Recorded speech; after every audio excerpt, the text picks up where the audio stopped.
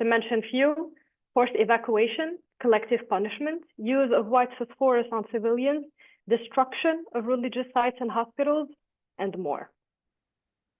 But before we tackle, contextualize, and educate one another on these issues, I would like to thank the members of the organization committee, my colleagues who have contributed in so many different ways, side by side. And I name Sabal Shawa, Silvia Maritano, Elena Nalato, Teresa Del Vecchio, Israel Maddah, Andrea Tafuri, Giuliana Rotola, Lorenzo Zanini, Lilia Dahl, and Rabia Ali. And especially our PhD coordinator, Mario Martina, and the communication team led by Marcello Arosio for supporting this initiative from its beginning. But most importantly, I would like to thank our honored guests, the speakers, for accepting our invitation to take part of this educational event and share their expertise in geopolitics, human rights, sustainability, and international law. The next 3 hours will be dedicated to 4 sessions, as mentioned in the program, moderated by the journalist Alba Nabulsi. Thank you, Alba, and welcome. Each of them will be followed by a Q&A session, joining both Alba and Saba. Please make sure to write your questions and curiosities in the Q&A box, and also communicate your comments in the chat. I also invite you all to stay tuned for the last special session, joining Alba and Silvia with Paola Rivetti for the role of academia, dedicated to an interactive discussion among us, the audience, and the speakers. We will be sharing different poll questions to have your feedback and voice your opinions as well. It is important to note that this workshop is being recorded and broadcast live on our official YouTube channel. Please check the link on our chat. And well, starting off our workshop by introducing our PhD SDC coordinator, Professor Mario Martina, for his welcoming word. Thank you, everyone. And Mario, prego. Thank you, Hiba. Hello, everybody. Welcome to this webinar. Let me first thank all the invited speakers for their availability to share their knowledge and experience. I want to thank all the attendees that have shown their great interest on this subject. Currently, there are 170 persons connected on Zoom and many others on YouTube. And let me also thank again all the organizers, Hiba, Lilia, Teresa, Ezra, Saba, Silvia, Elena, Giuliana, Andrea, Lorenzo, and many others. I didn't mention the surname because Hiba already did, for their great work for organizing this important workshop.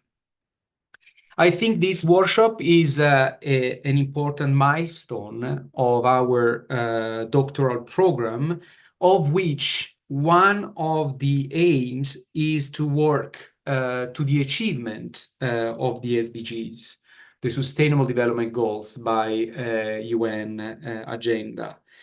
And these not only by doing good quality research, but also to contribute and to participate by participating into the decision-making processes, into the policy-making processes of our society. I think this workshop is an example of the initiative that we can pursue in this direction. This initiative was a test for our community, for our capability to manage the decision process and the communication process about such a complex and very sensitive subject. We are all aware about how this subject is complex and sensitive. The PhD candidates, the organizers, showed the maturity and the tenacity in driving forward this initiative with a very low support from us, from the faculty. I hope the workshop serves as an opportunity for an in-depth discussion, a dialogue, providing a platform for the diverse perspective on the matter, on the subject, without causing offenses to anyone's sensibility. The opinions expressed in this workshop represent the results of personal studies, of reflections and experiences of all the speakers we will talk, and do not constitute the official stance of our doctoral program. There is not an official stance because we are all working to understand better this complex matter and subject. However, it is upon these information, opinions, that the discussion, which is fundamental, the fundamental prerequisite for doing good research, for having a knowledge, and then for acting, upon these opinions and this information, we built our knowledge.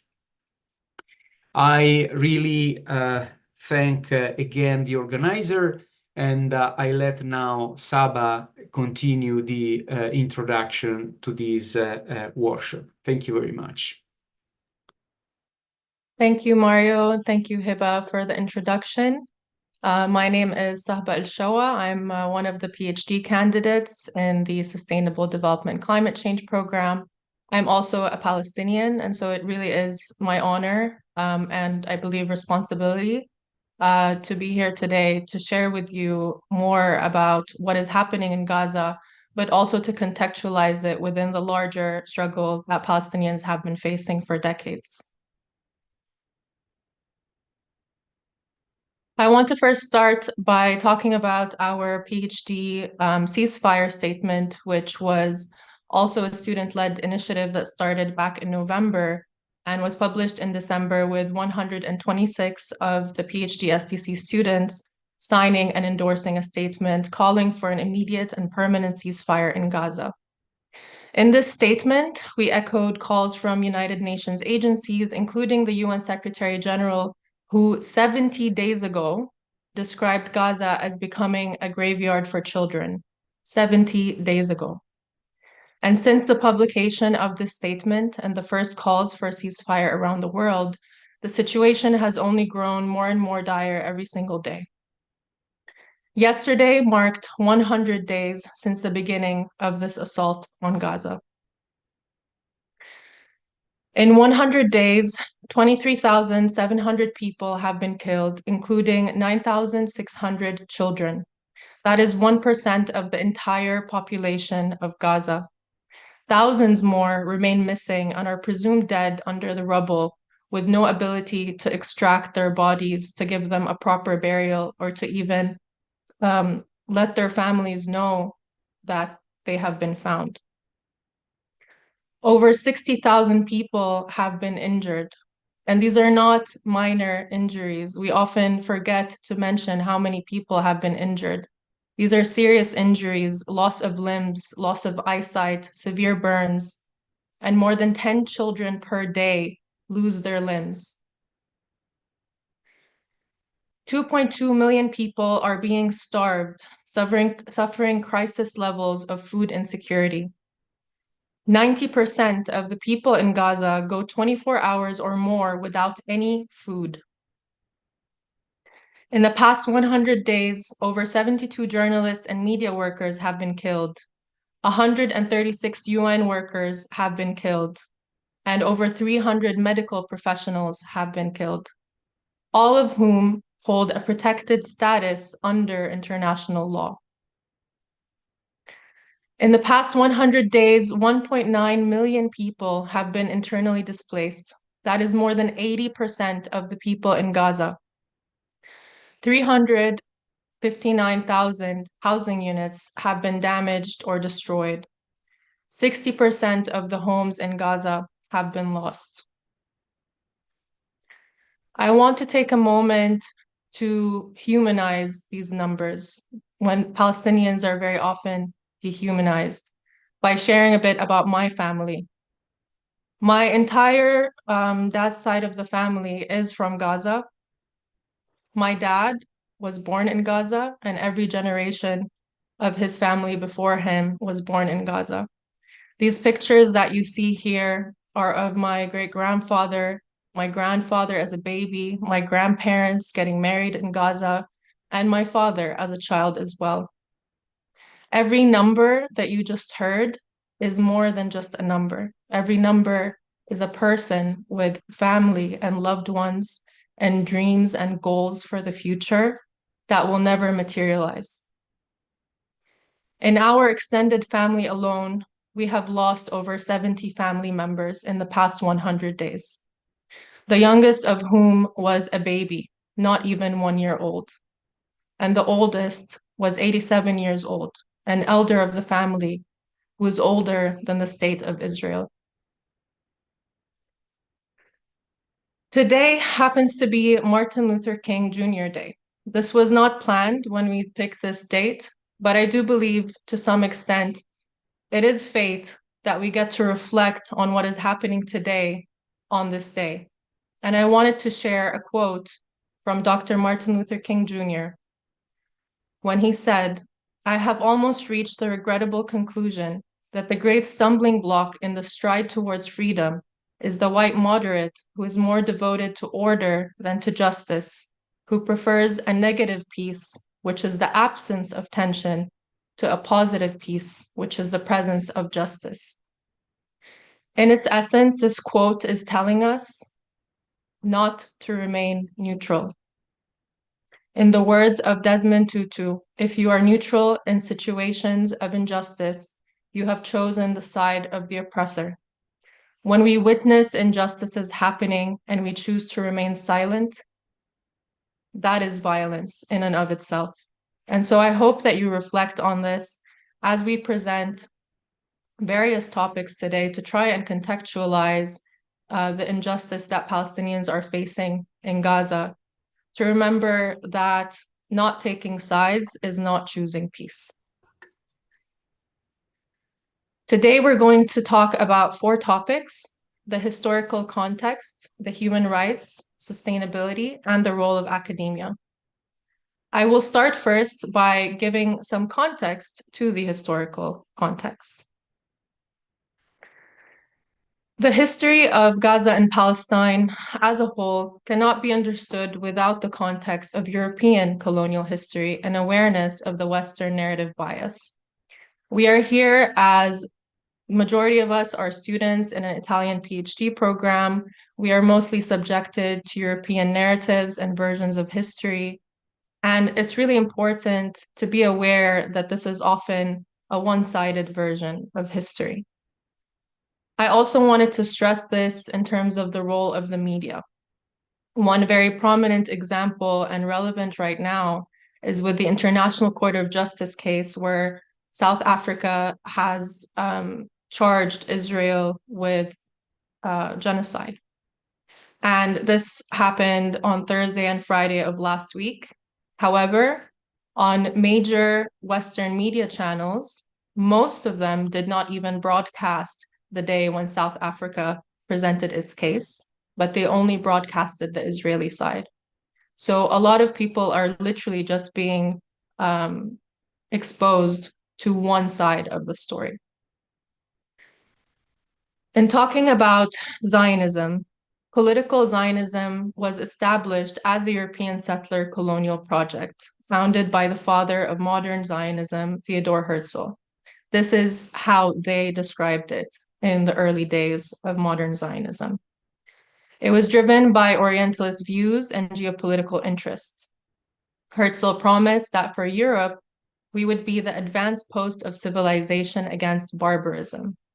In essence, he agreed that Israel would act as an arm for European imperialism in the Middle East against the quote-unquote barbaric Arabs. Early Zionist leaders also described Palestine as a land without a people for a people without a land. This is a common trope that is often regurgitated by many leaders around the world. They argued at the time that the establishment of a Jewish state was the only way to end anti-Semitic persecution in Europe. However, they sought to establish it in a state that was already inhabited by the Palestinians. And in fact, Palestine was not the only country that was considered by early Zionists. And it's important to note that all of these colonial projects, by default, needed to displace the native population so that they can be so that those countries can then be inhabited by another population. And so, aided by Britain, Israel was born out of the colonization of Palestine and within the framework of European imperialist policies.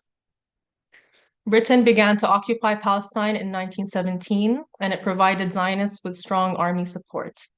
In 1917, they passed the Balfour Declaration, which recommended the establishment in Palestine of a national home for the Jewish people. During the British Mandate, large-scale Jewish immigration occurred, mainly from Eastern Europe, and the numbers obviously increased to much greater heights during the 1930s with the Nazi persecution of the Jews in Europe. And so the vast majority of all Jewish immigrants to Palestine between these years were European or Ashkenazi Jews, while Jews of Mizrahi or Arab descent faced new levels of persecution. It is important to note that in Palestine, there were Palestinian Jews. In the region, there were Arab Jews. And in fact, the establishment of a Zionist state caused a rise in anti-Semitism, effectively projecting what is more a European problem of anti-Semitism throughout the decades onto the native population in the region. Most of us know the context starting from the United Nations partition plan, when the UN decided to split Palestine into two states in 1947. The Nakba, which is Arabic for catastrophe, refers to when between 1947 and 1949, more than 750,000 Palestinians and the grand majority of the indigenous Palestinian population were expelled from their lands by Zionists. And as Israelis celebrate their Independence Day every year, Palestinians commemorate the Nakba. For Palestinians today, the Nakba is ongoing. We see very clearly in how these images in 2023 from Gaza echo the images from 1948 of Palestinians being forced to leave their homes.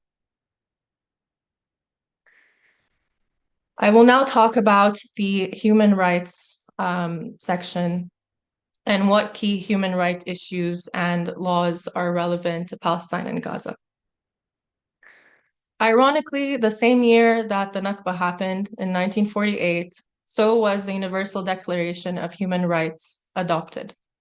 The very next day, the UN General Assembly also adopted Resolution 194, which reaffirms the right of return of Palestinian refugees and internally displaced persons, and it has yet to be implemented. Despite this being a violation of humanitarian law in the Geneva Conventions, and both a war crime and a crime against humanity in the Rome Statute, the forcible transfer of Palestinians remains one of the main pillars of the Zionist project. And again, we see this echoed from 1948 to 2023 in what we are seeing right now in Gaza. In 1975, the UN General Assembly adopted a resolution determining that Zionism is a form of racism and racial discrimination.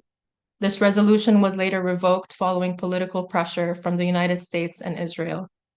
Many UN resolutions have since been adopted but not implemented, and the most recent being the UN General Resolution calling for an immediate humanitarian ceasefire in Gaza, which was voted in with 153 countries in favor. However, UN General Assembly resolutions are not legally binding. The only legally binding resolutions would come out of the UN Security Council. Israel enjoys complete impunity at the UN Security Council because of the United States' power to veto any resolution that may cause it to stop its bombardment of Gaza. In finishing up the intro to this section, I wanted to introduce some key words and their definition. These are words that we often hear, but maybe don't reflect on what they actually mean. The first is terrorism, which is the unlawful use of violence and intimidation, especially against civilians in the pursuit of political aims. I invite you all to reflect on when this word is used and who it applies to.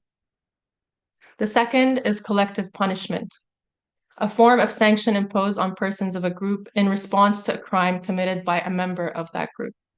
This is illegal under international law.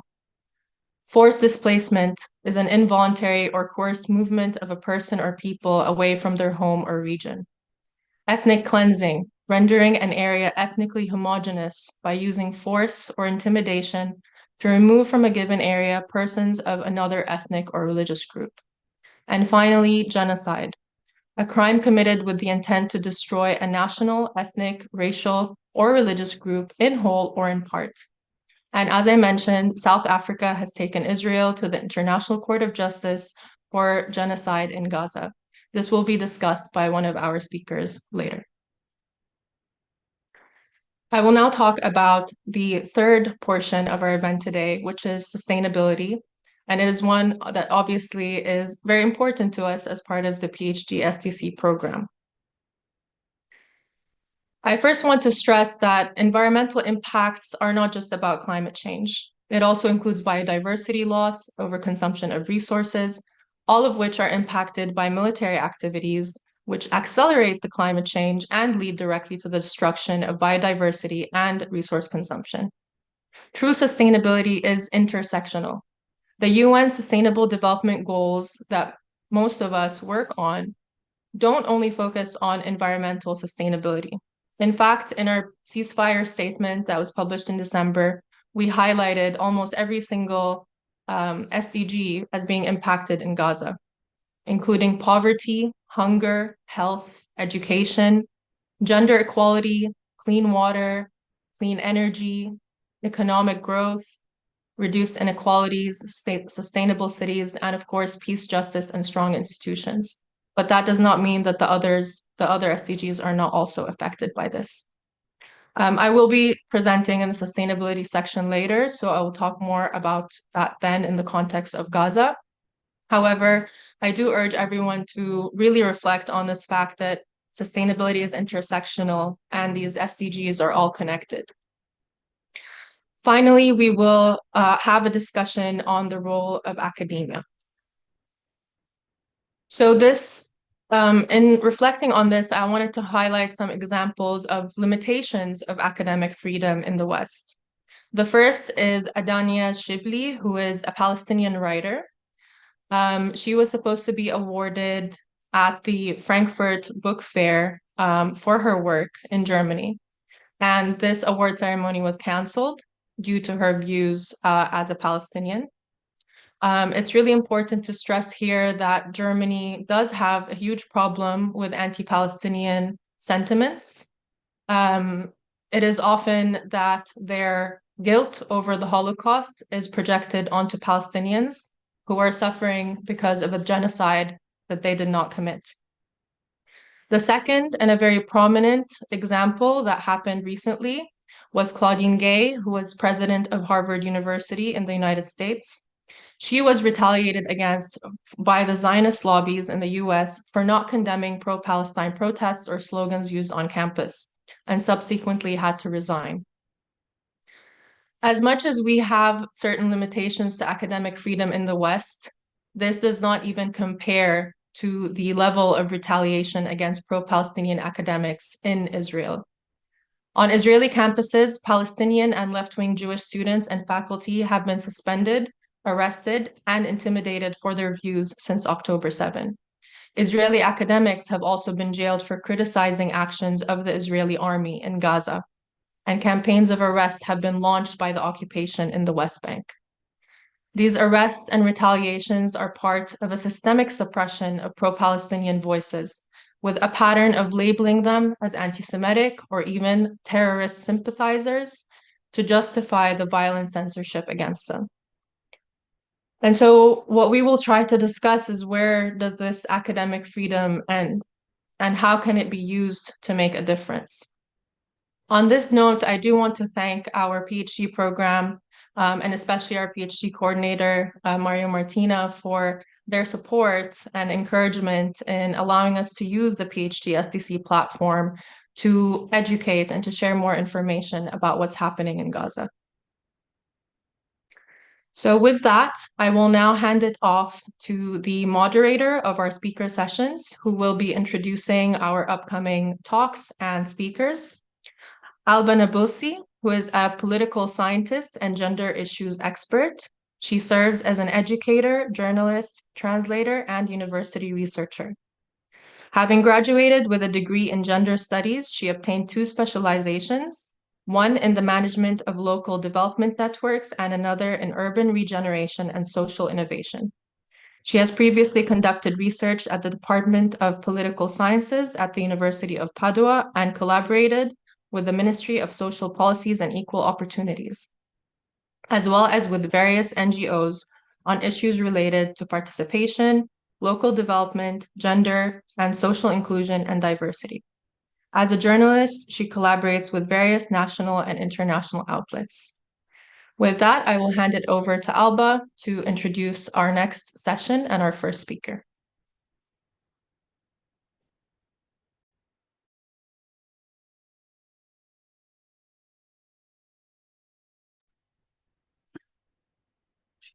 Hi, can you hear me now? Okay, perfect.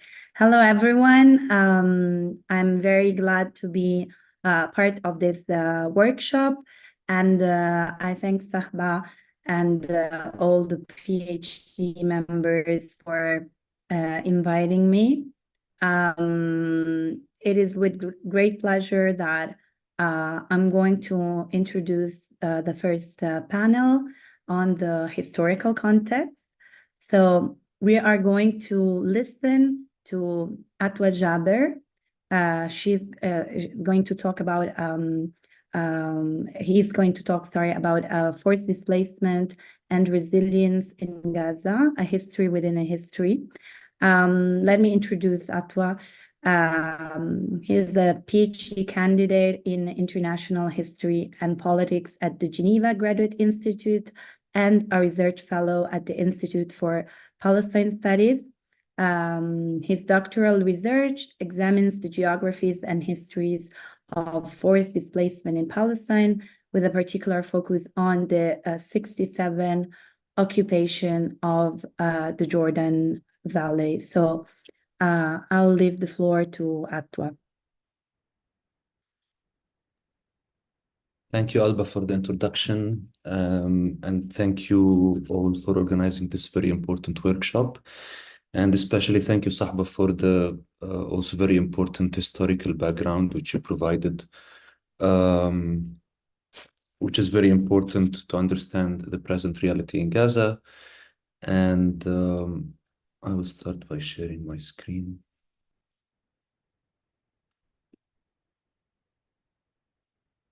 Can you see it? Yes.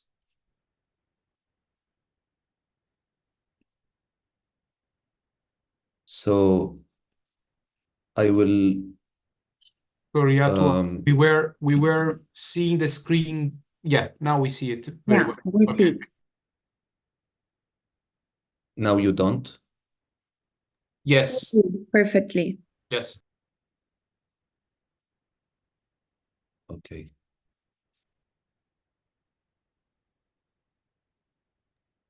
We can see it that way. You can go ahead. Yes, but now you can't see it. No, we can. Yes. You can? It's good. It's good, yes. It's good. Okay, perfect. So I will provide a similar historical background, but with a more focus on the Gaza Strip. So 101 days have passed since Israel waged its genocidal war on Gaza. Israel's bombardment campaign and its ground military operation have killed indiscriminately more than 23,000 Palestinian men, women, and children. And at least 8,000 Palestinians remain missing under the rubble. And equally important, 1.9 million Palestinians are displaced, mostly from the north and the center to the south of the Gaza Strip. In the West Bank, Israeli settlers and military forces have killed over 300 Palestinians and imprisoned over 2,000 more. Palestinian prisoners behind Israeli bars are facing some of the most brutal conditions they have witnessed in years, a campaign of collective punishment, torture, and death. And inside Israel, Palestinians are also being targeted with a violent campaign of surveillance, silencing, and detention. Therefore, what may have started on the 7th of October as a fanatic reaction to the Al-Aqsa flood operation is now an intensification of the ongoing erasure against Palestinians all over Palestine. With a focus on mass displacement and resilience of Palestinians in Gaza, my intervention will highlight key moments in which Palestinians, specifically in Gaza, have experienced displacement and dispossession under Israel's settler colonialism. And this is to approach the present reality with an eye on the past in order to understand more thoroughly how history has shaped the present reality in Gaza. So what we now call the Gaza Strip has an area of 361 square kilometers and is home to 2.1 million Palestinians, 81% of whom are refugees. During the British Mandate, the Gaza Strip, alongside what we know today as the Gaza Strip, alongside the area of Bir al-Saba, formed the Gaza District. That's the Mandate District of Gaza, which was one of the 5 districts in Mandate Palestine. At the time, the population of Gaza was 80,000 Palestinians, mostly in the city of Gaza. The current trend of forced displacement towards Palestinians in the Gaza Strip has its roots right after the British mandates, precisely 76 years ago, following the onset of the Nakba in 1948. During the Nakba, which marked the ethnic cleansing of Palestine, the Zionist militias displaced 750,000 of the native Palestinians, destroyed 500 of their villages, and depopulated several Palestinian urban neighborhoods across Mandate Palestine. What did this mean for Gaza? In the Gaza district, the Zionists ethnically cleansed Bir al-Saba area, where they destroyed 49 Palestinian villages and forcibly displaced the residents, most of whom ended up in and around the city of Gaza as refugees. This refugee population at the time exceeded 200,000 Palestinians, including refugees from the depopulated city of Lid, so mostly came from the center and the south of Mandate Palestine. In the Gaza at the time, the American Friends Services Committee was mandated by the UN to provide aid to the refugees, as opposed to the ICRC mandate to do the same in the West Bank. And the AFSC established 8 refugee camps, which UNRWA took in the beginning of 1950 when it started its operations. And I will mention those camps by name: Jabalia, Ansirat, Al-Maghazi, Deir al-Balah, Khan Yunis, Rafah, Al-Shati, Al-Brij. And you've heard most probably the names of all of these camps in the past 101 days, as all of them have been attacked and bombarded by Israel. So this means that 75 years ago, the vast majority of the Gaza population settled in Gaza by force upon their catastrophe. And this established Gaza early on as a site of resistance against Zionist projects of territorial dispossession, Palestinians' struggle for liberation and decolonization, and also as a site for continued struggle against Israel's displacement policies.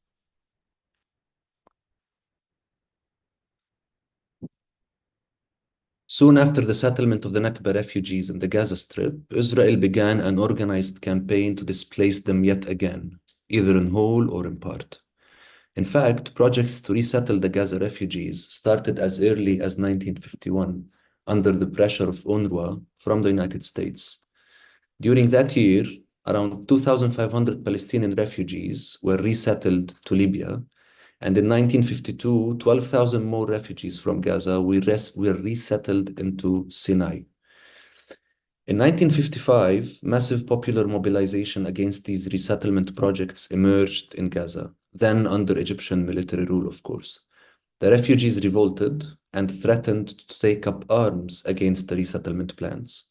Jamal Abdel Nasser was forced at the time to suspend these resettlement plans, and this was a significant moment for Gaza and for the Nakba refugees as a whole, because the refugees became a symbol of political struggle rather than a mere humanitarian issue, and this started in Gaza. Fast forward to 1967, when Israel defeated the Arab armies and occupied the Sinai Peninsula, the Gaza Strip from Egypt, the West Bank from Jordan, and the Golan Heights from Syria. In Gaza, since day one of the Israeli occupation, Israel led a violent campaign to oppress the Palestinians, the vast majority of which were refugees in the densely populated camps. This materialized in violent policies of detentions, curfews, demolitions, and interrogations. The Israeli occupation of Gaza marked another wave of mass displacement for Palestinians from the Strip. So at the time, Israel displaced 13,000 Palestinians to Egypt, and 45,000 Palestinians fled from Gaza to the West Bank amidst the war, most of whom ended up in Jericho and then crossed to the east bank of the Jordan River, and they still remain in Jordan with their descendants.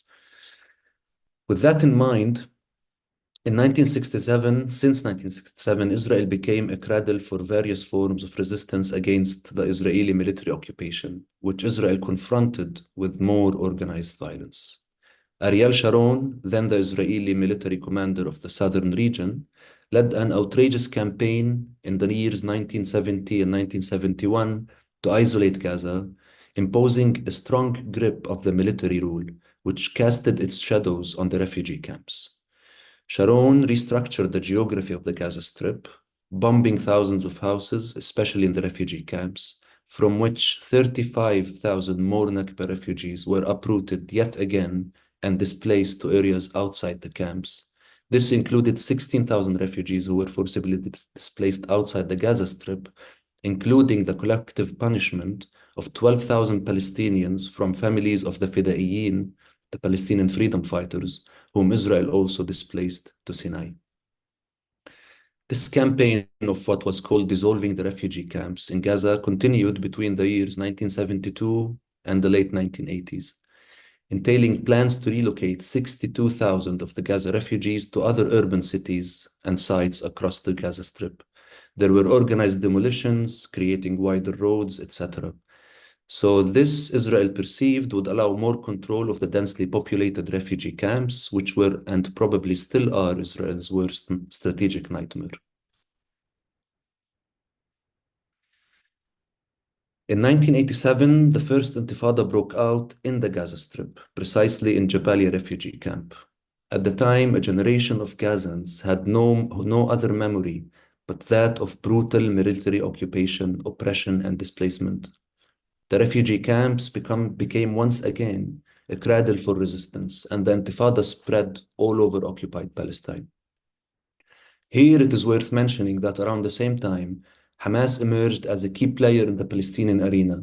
Israel, now determined to eliminate Hamas under any possible costs today, viewed Hamas at the time as an asset, a way to radicalize the Palestinian liberation movement, which in itself is an entire history that we can touch upon in the Q&A, or maybe I can suggest some readings on this later. But let's fast forward again to the years from 1993 to 1995, the signing of the Oslo Accords and the establishment of the Palestinian Authority. In the Gaza Strip, not much changed for the political and administrative reality of the Palestinian population. The majority of them still being registered refugees, they continued to receive most of their basic services, including education, healthcare, vocational training, etc., from UNRWA. And this is a reality which continued for the following years, and we can still see today to a very large extent. We fast forward to 2005, following the Second Intifada, another important moment for Gaza. Gaza became a true nightmare for Israel by the time, where the cost of maintaining the direct military occupation and the settlements became too high to bear. Ariel Sharon, then he became Israel's prime minister, deployed all the Israeli settlers from the Gaza Strip, a bit more than 8,000, and this happened in tandem with the construction of the apartheid separation wall in the West Bank, where Israel's control, on the contrary, was being intensified, including the expansion of the illegal settlements.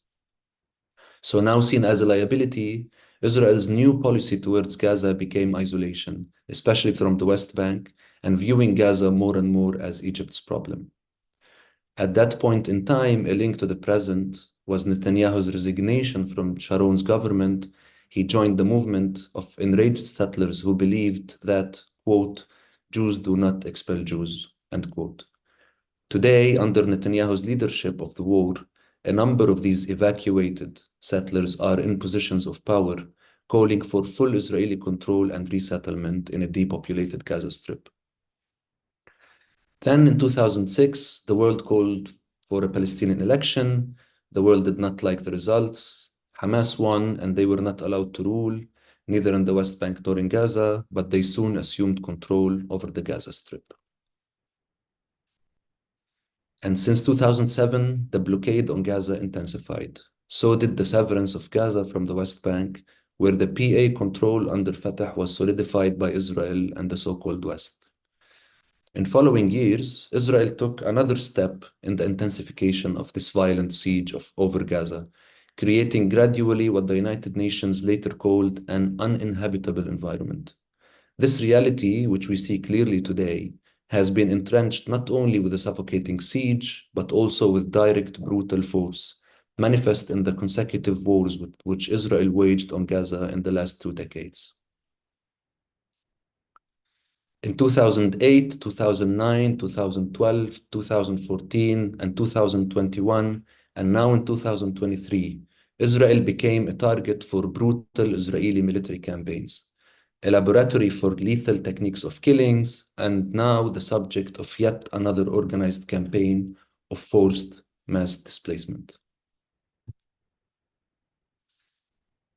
In the past months, Israel's plans to displace the majority of Palestinians and re-establish its military and settlement presence in the Gaza Strip have become louder than ever.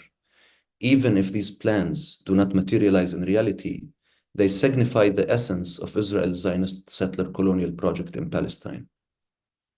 The true complement for the formation and the survival of the settler society is the ethnic cleansing of Palestinians.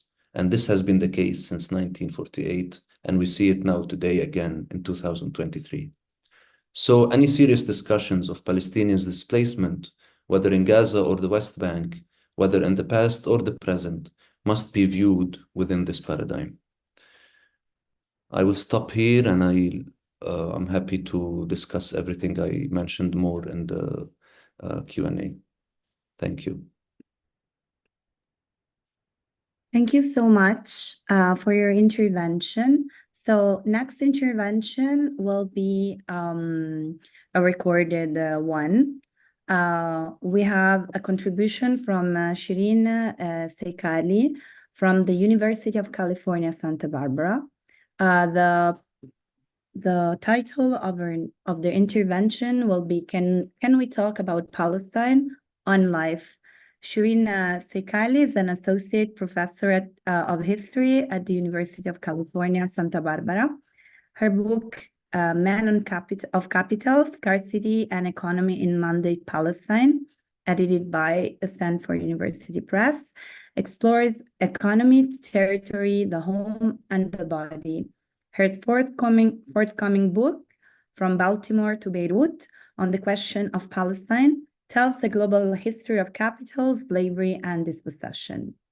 She is the director of the Center for Middle Eastern Studies at UCSB, co-editor of the Stanford Studies Middle Eastern and Islamic Societies and Culture series, co-editor of Journal of Palestine Studies, and co-editor of Jadaliyya. We've pre-recorded this. Hello, everyone, and thank you for having me with you at this conference. We've pre-recorded this talk because I am in California and I could not join you in person. Thank you again to the organizers. My talk today is titled, Can we talk about Palestine? I'm with you today, the daughter of refugees who survived the Nakba of 1948 when 750,000 Palestinians became stateless refugees, when 150,000 Palestinians were rendered strangers subject to military rule and now a quote-unquote minority on their own lands. It is my inheritance to talk about Palestine. I am with you today, an historian of Palestine. It is my job to talk about Palestine. I'm with you today, a small part of a large movement, a movement of people with the courage to utter words like free, Palestine, river, and sea, a global movement that has taken the streets as we witness a devastating war of annihilation on Palestine, on Palestinians, on the very idea of our peoplehood. A movement that confronts powerful forces trying to silence us, from the floor of the United States Congress to the ruins of the Gaza Central Archive, shattered under the force of the fourth largest army in the world. In keeping with a long, honorable tradition of Jewish anti-Zionism, organizations such as Jewish Voice for Peace and Not in Our Name remind us today that defending Palestinian rights, criticizing Israeli policy, and opposing anti-Semitism are wholly consistent positions to hold. Multiple strategies for liberation and multiple struggles for liberation have taught us that to stand for Palestine is to stand against all forms of racism and oppression. They have taught us that no one is free until we are all free. I honor these lessons in offering 4 ways to talk about Palestine: to listen, to witness, to remember, and to speak. Let us witness. Early on in these 100 days that have lasted a lifetime, the content creator turned reporter Bisan Auda began her reel as she did every day. I am Bisan from Gaza, Palestine. We are still alive. That day, on October 18, her cheeks were fuller than they are today, her eyes still sparkling with an anticipation now worn down by an unsatiable grief, by witnessing lives lost, dreams annihilated. She said, "I want to show you how good people are." A group of young Mun bakers had started a free bakery in the Shifa courtyard, using what dwindling supplies they had to feed one another. Khubz Arabi, or Arabic bread, is slightly leavened flatbread. It has 5 ingredients: flour, water, sugar, yeast, and salt. It has many permutations. It responds to the conditions around it. It requires care, dexterity, and resourcefulness. Palestinian bakeries, like Palestinian hospitals, have been a recurring target of this war of annihilation. Among the thousands of lives ruined and maimed lie the remnants of the places that fed them. On October 25, 2023, Oxfam declared starvation had become a key weapon of the war on Gaza. 2.3 million people had at that point access to 2% of the supplies that they needed. That day, on October 18, Bisan stood in the courtyard of the hospital, transformed from a house of healing to a place of refuge, to a mass burial site, to a site of siege. That day, Bisan explained, "We craft hope, even if we will not live to see tomorrow." Catastrophe is not in the future. The Nakba is not in the past. Let us listen. A young girl narrates. She is 7 or 8. Her hair is singed, her brown eyes are wide, her clothes are melted, her hands are burned, her face is layered with dust, yellow powder, and blood. She is composed, confident. It is the 12th of November, 2023. She begins, "We went to Shifa. We learned it was a target. My mother wanted to go to her cousins. They were sheltering at another hospital." Her story continues. "We found a room. We took shelter. The tanks were at the gate." Her voice rises. Emotion fills her throat. "We were asleep when the bombing started. The sound did not wake me. The smoke did." She does not shake. She does not cry. She is calm, pragmatic, matter of fact. She tells her story as a cautionary tale. And still so much escapes words. What did she see that day at Shifa? Did she see the wounded and the displaced crowded into hallways and staircases? Did the smell of death envelop her? Did the reality of decomposing bodies confront her? Did she walk the packed corridors? Did she glimpse the women sitting on stools, making life in the midst of catastrophe? Did she take comfort from the woman with the two-tiered electric ovens, kneading dough, putting it on the fire, watching it rise, browning the loaf, filling hungry stomachs with what little supplies were left. Did she get a piece of bread? Let us remember. Let us remember on this 100th day of 75 years of Nakba and 100 years of war, 100 years of denial of Palestinian political rights and peoplehood. Let us remember November 29, 1947, when the General Assembly of the newly established United Nations voted to terminate the British mandate and partition Palestine into an Arab and a Jewish state. Let us remember the many dates since then. Between November 1947 and May 1948, Zionist forces and the Palestinians were immersed in a war for the future. On May 14, 1948, David Ben-Gurion declared the State of Israel. The next day, the armies of Egypt, Syria, Lebanon, Transjordan, and Iraq invaded. The Nakba of 1948 took place in what historians now categorize as 4 stages.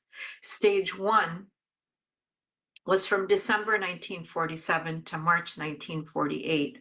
The Zionist military organization, the Haganah, shelled neighborhoods and villages and authorized the destruction and expulsion of the villages of Arab Suqair and Kisaria, south of Haifa, in February 1948. 2 militias, the Irgun and the Lehi, targeted Arab fighters and Palestinian civilians at bus stops, shopping centers, and markets.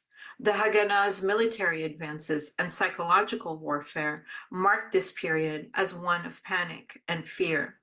During these 4 months, Palestinians with the means to do so fled in hopes of return. Stage 2 began in March 1948 when Plan Dalit was dispatched to Haganah forces. This plan was a shift to large-scale, highly organized, and sustained operations. The War of Conquest was in full force. On April 9, 1948, paramilitary forces, the Irgun and the Lehi, numbering about 120 troopers, advanced on a village near Jerusalem called Deir Yassin. The troopers pillaged the village, shot fleeing civilians, and killed 100 to 120 villagers, including combatants. Later that month, the Haganah overpowered Arab forces in Haifa. By May 1948, expulsion of villagers had become regular practice. By the end of June, 250,000 Palestinians had fled or been expelled under the force of fire. Stage 3 of the Nakba was between July and October 1948. That July, Israeli forces expelled 60,000 Palestinians, men and women, children and the elderly, from the towns of Lidda and Ramla, southeast of Jaffa. The refugee columns left behind a trail of belongings. Some refugees perished along the way. Stage 4 of the Nakba was between October 1948 and March 1949, when Israeli forces conquered the Nakab, the Jerusalem Corridor, and the Upper Galilee. In December 1948, Israel issued the emergency regulations on the property of absentees, later embodied in law. This emergency legislation facilitated the expropriation of the land and property of Palestinian refugees. By the end of the Nakba, Israeli forces had destroyed 470 to 530 Palestinian villages and emptied Palestinian cities and neighborhoods. Looting, massacres, and imprisonment prevailed. Let us witness. Let us witness the Palestinian condition. Separation, subjection to premature death, colonization, brutality, necropolitics, borders that cross and define you, the constant threat, erasure, and denial of rights to basic politics and peoplehood, a suffocating subjugation. The Nakba has never stopped. It is now in full-scale assault. Today we rehearse another inventory. Since October 7, every day we grieve lost lives. We grieve the loss of 1,200 Israelis. We grieve the 23 1,968 Palestinians, including 10,000 children that we have lost. We grieve the thousands missing under the rubble. We grieve as more than 2 million of Gaza's 2.3 million Palestinians are now officially internally displaced persons. The grief overwhelms us, and yet we hold on to it. We hold on to the children, rocked by pain, crumpled in their heartbreak over their dead parents. We hold on to the parents, devastated, unable to let go of their dead children. We know, as Hala Alian teaches us, that bearing witness is an honor, that we owe these Palestinians our endurance. The UN warns of a risk of genocide against Palestinians, but we do not have time for these warnings. We cannot await a secular salvation or a messianic apocalypse. We are in the apocalypse. From perpetual climate crisis to the extinction of plants and animals, to the forces of white supremacy, misogyny, and global fascism, we live in a world of generalized catastrophe, in a condition of trouble without end, of transit, in the wake of interminable events. In this age, Palestine is a paradigm. It can teach us about our present condition of the permanent temporary. Palestine is a place of abundance, an abundance of lessons about persisting in the present. Like many other struggles, Palestine reminds us, in the words of Jody Bird, that the post has not yet arrived. There is no post-colonial, post-racial, or post-Zionist. As we listen, witness, remember, and speak apocalypse, we hold tightly to the lessons that the keeper of families and the keepers of stories teach us: to bake bread, to tell your story. It is these acts to which we return. Let us speak. Crisis and speech, we have learned from Rosemary Sayegh, are inextricable. Crisis is motive, content, and structure of speech. The stories of everyday people witnessing extraordinary things are based on experience. They are non-chronological and fragmented. They exceed geopolitical plots. Those storytellers, they do not reflect history, they make it. We must listen to these embodied polyvocal testimonies of storytellers like Bisan. They are as old as Palestine itself. And these stories are not, as Hannah Sleiman reminds us, only a register of resilience, steadfastness, and hope. They are also cautionary tales. The teller of these tales are calm, pragmatic, matter of fact. They know that the worst is yet to come because the worst has never stopped. Palestinian storytellers offer a set of tools, skills, and mindsets. They shape a historiographic form, a way of telling history. In this 100th day of 75 years of Nakba and 100 years of war, there is a raid every half hour. A Palestinian child dies every 10 minutes. Palestine is the place where a world is unmade, a world where the illusions of international law, humanitarianism, and the claims of civilization shatter ever further into an inferno of hypocrisies and lies. Today, amidst genocide, we follow the lessons of the bakers and the storytellers, kneading dough, crafting narratives, making worlds, even as they face the certainty of their death. I am smiling, Bisan says, because I love life, because I am still alive.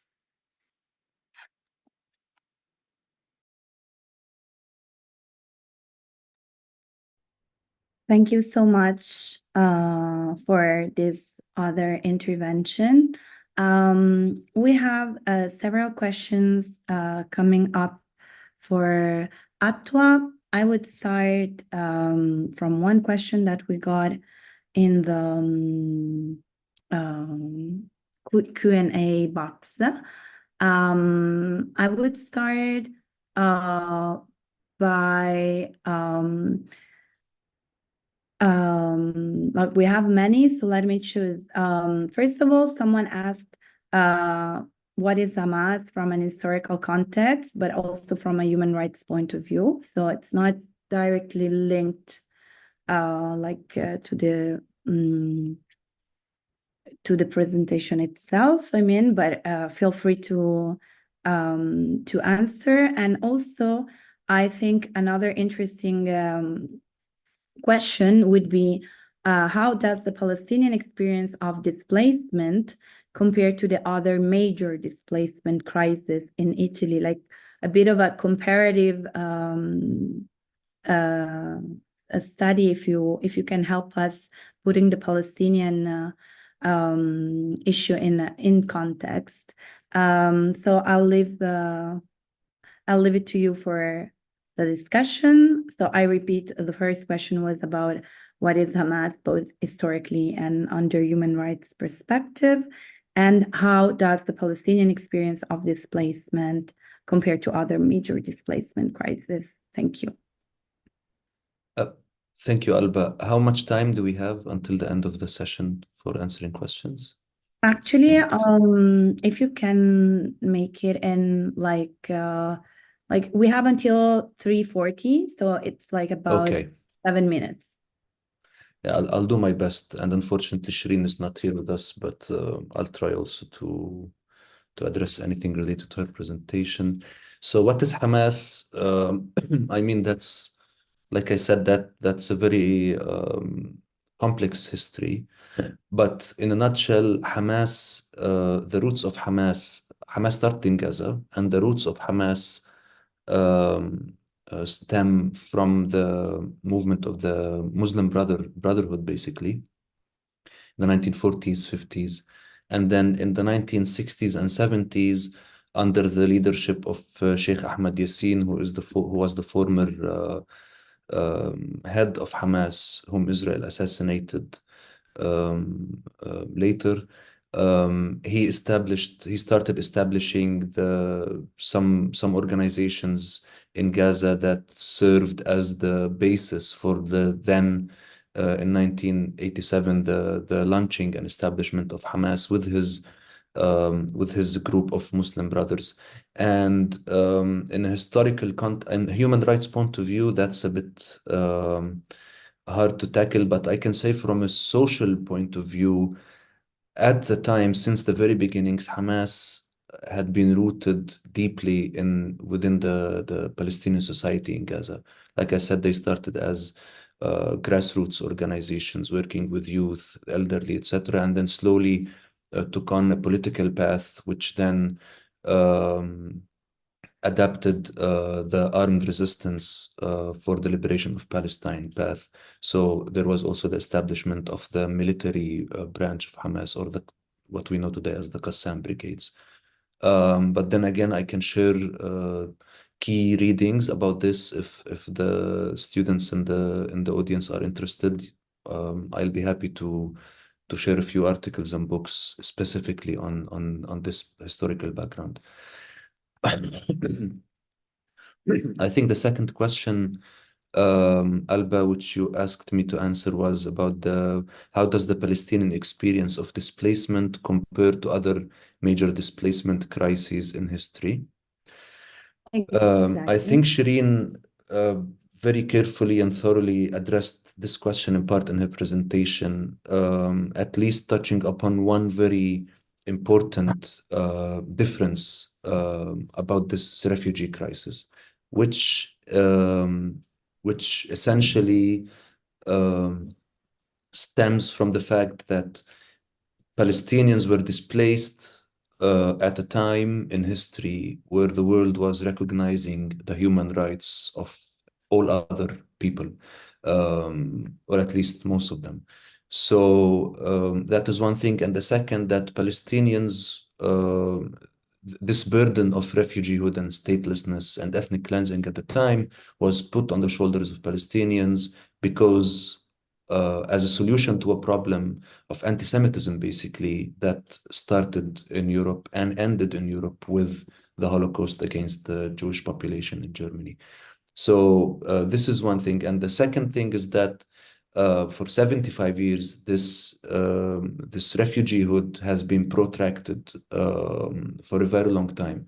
And what started as 750,000 Palestine refugees is now, according to the UNRWA records, has reached more than 5.5 million Palestine refugees, and those are the ones registered with UNRWA.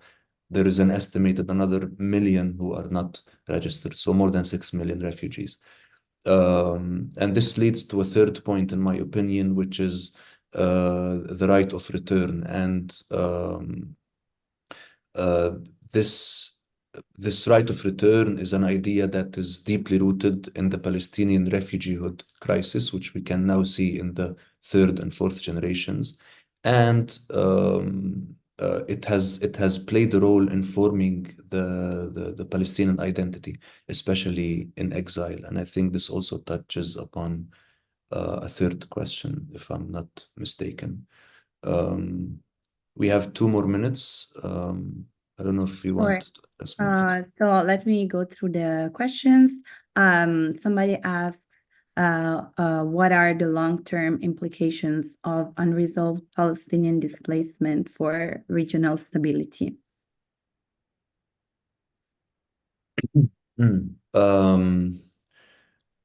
So I can maybe talk a bit about the historical implications that can also tell us something about the present and maybe the future. So the Palestinian refugeehood is not, like I said in my presentation, it has been portrayed a lot as a humanitarian issue, but in its essence, as we saw in the 2 presentations, it is not. It is a very political issue that needs political action to be resolved.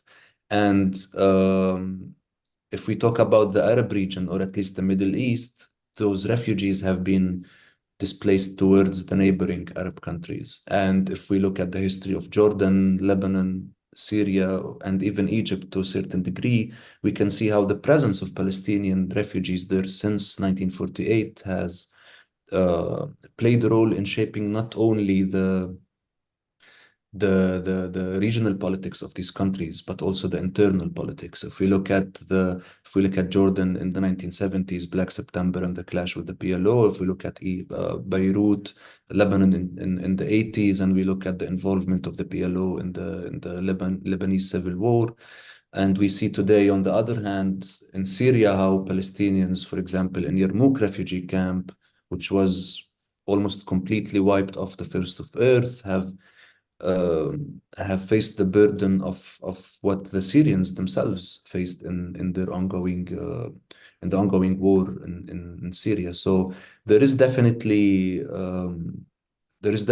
an implication of the Palestinian displacement crisis in the region, and I think this is one reason why the Egyptians and the Jordanians, especially since the very beginning of the ongoing war in Gaza, from the 8th or 9th of October, they have very loudly and clearly said, we will not take any Palestinian refugees in Egypt, from Gaza, and in Jordan from the West Bank, because they realize the implications of a third mass wave of displacement that would be not only for the Palestinians, the implications for Palestinians, but also for the implications on the host societies, meaning the neighboring Arab countries.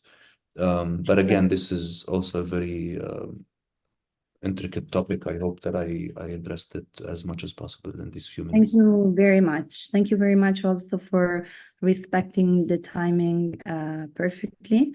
It was very precious to hear your intervention and your answers. So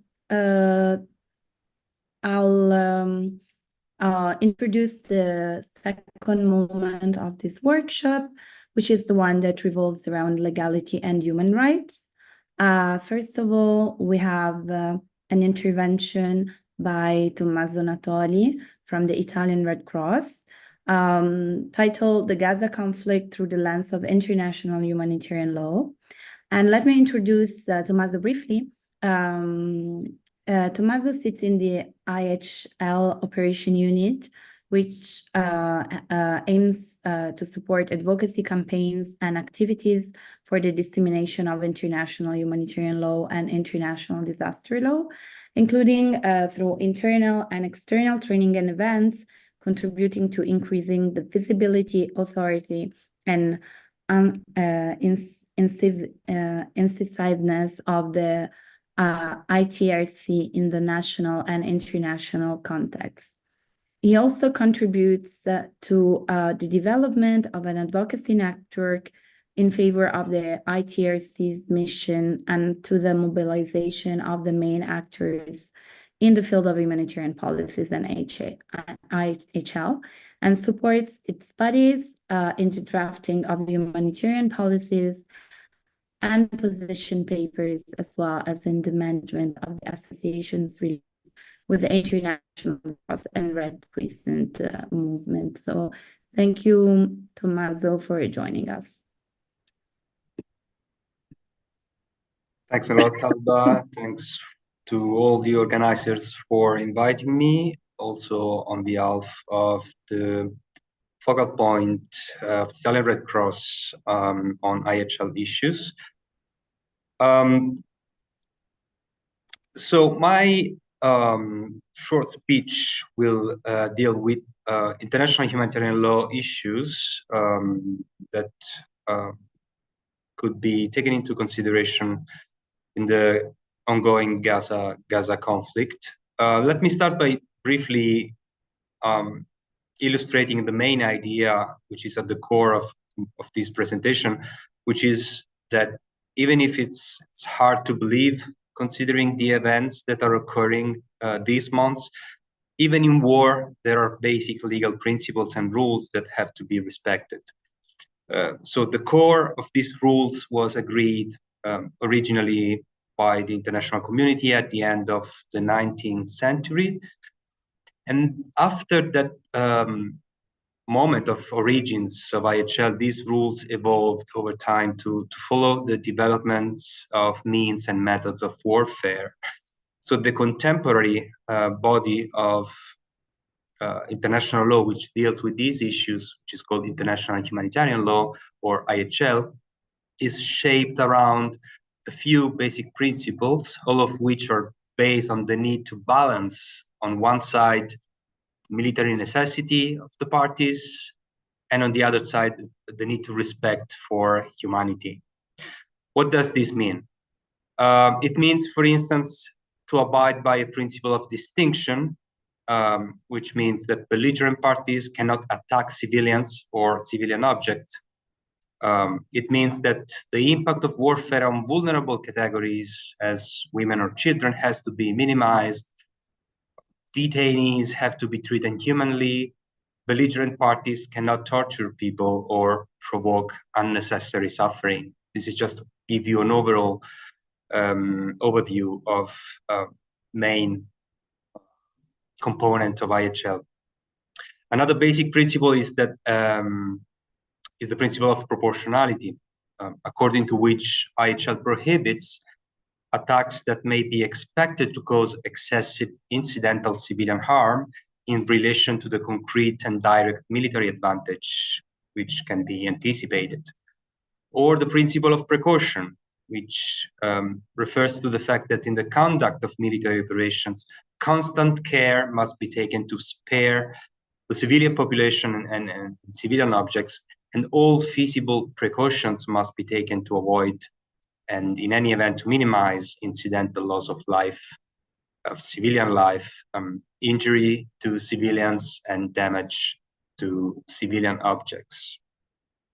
So these principles inspired the development of a set of rules commonly known as IHL that seeks for humanitarian reasons to limit the effects of armed conflict.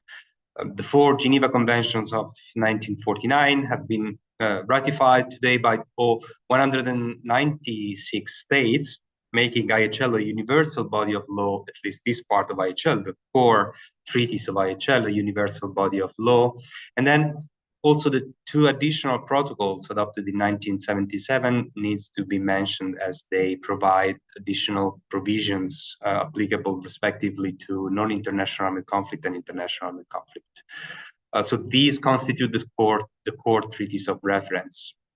Some of these rules also have gained a customary status, which means that bind all parties, regardless of their being signatories or having ratified those treaties.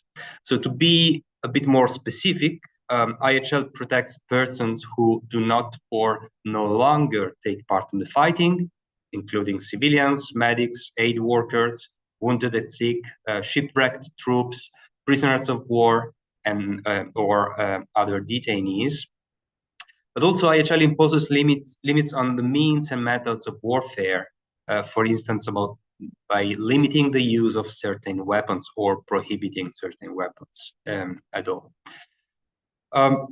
IHL applies only in situations of armed conflict. This is interesting because there is an interplay between the human rights body of law, which would be addressed by the next speaker, and international humanitarian law.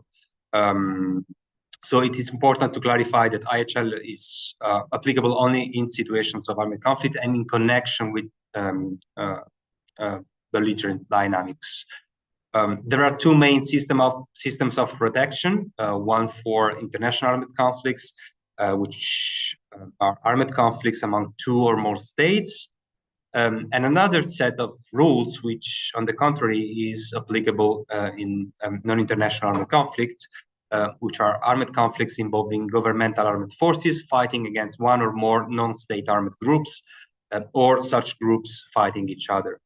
And then there is the law of occupation, which is of particular interest for us today, which is a particular subgroup of IHL norms regulating the duties of belligerent parties that take control of a portion of territory previously under the jurisdiction of the opposite part, and also deals with the rights of the population living in that territory.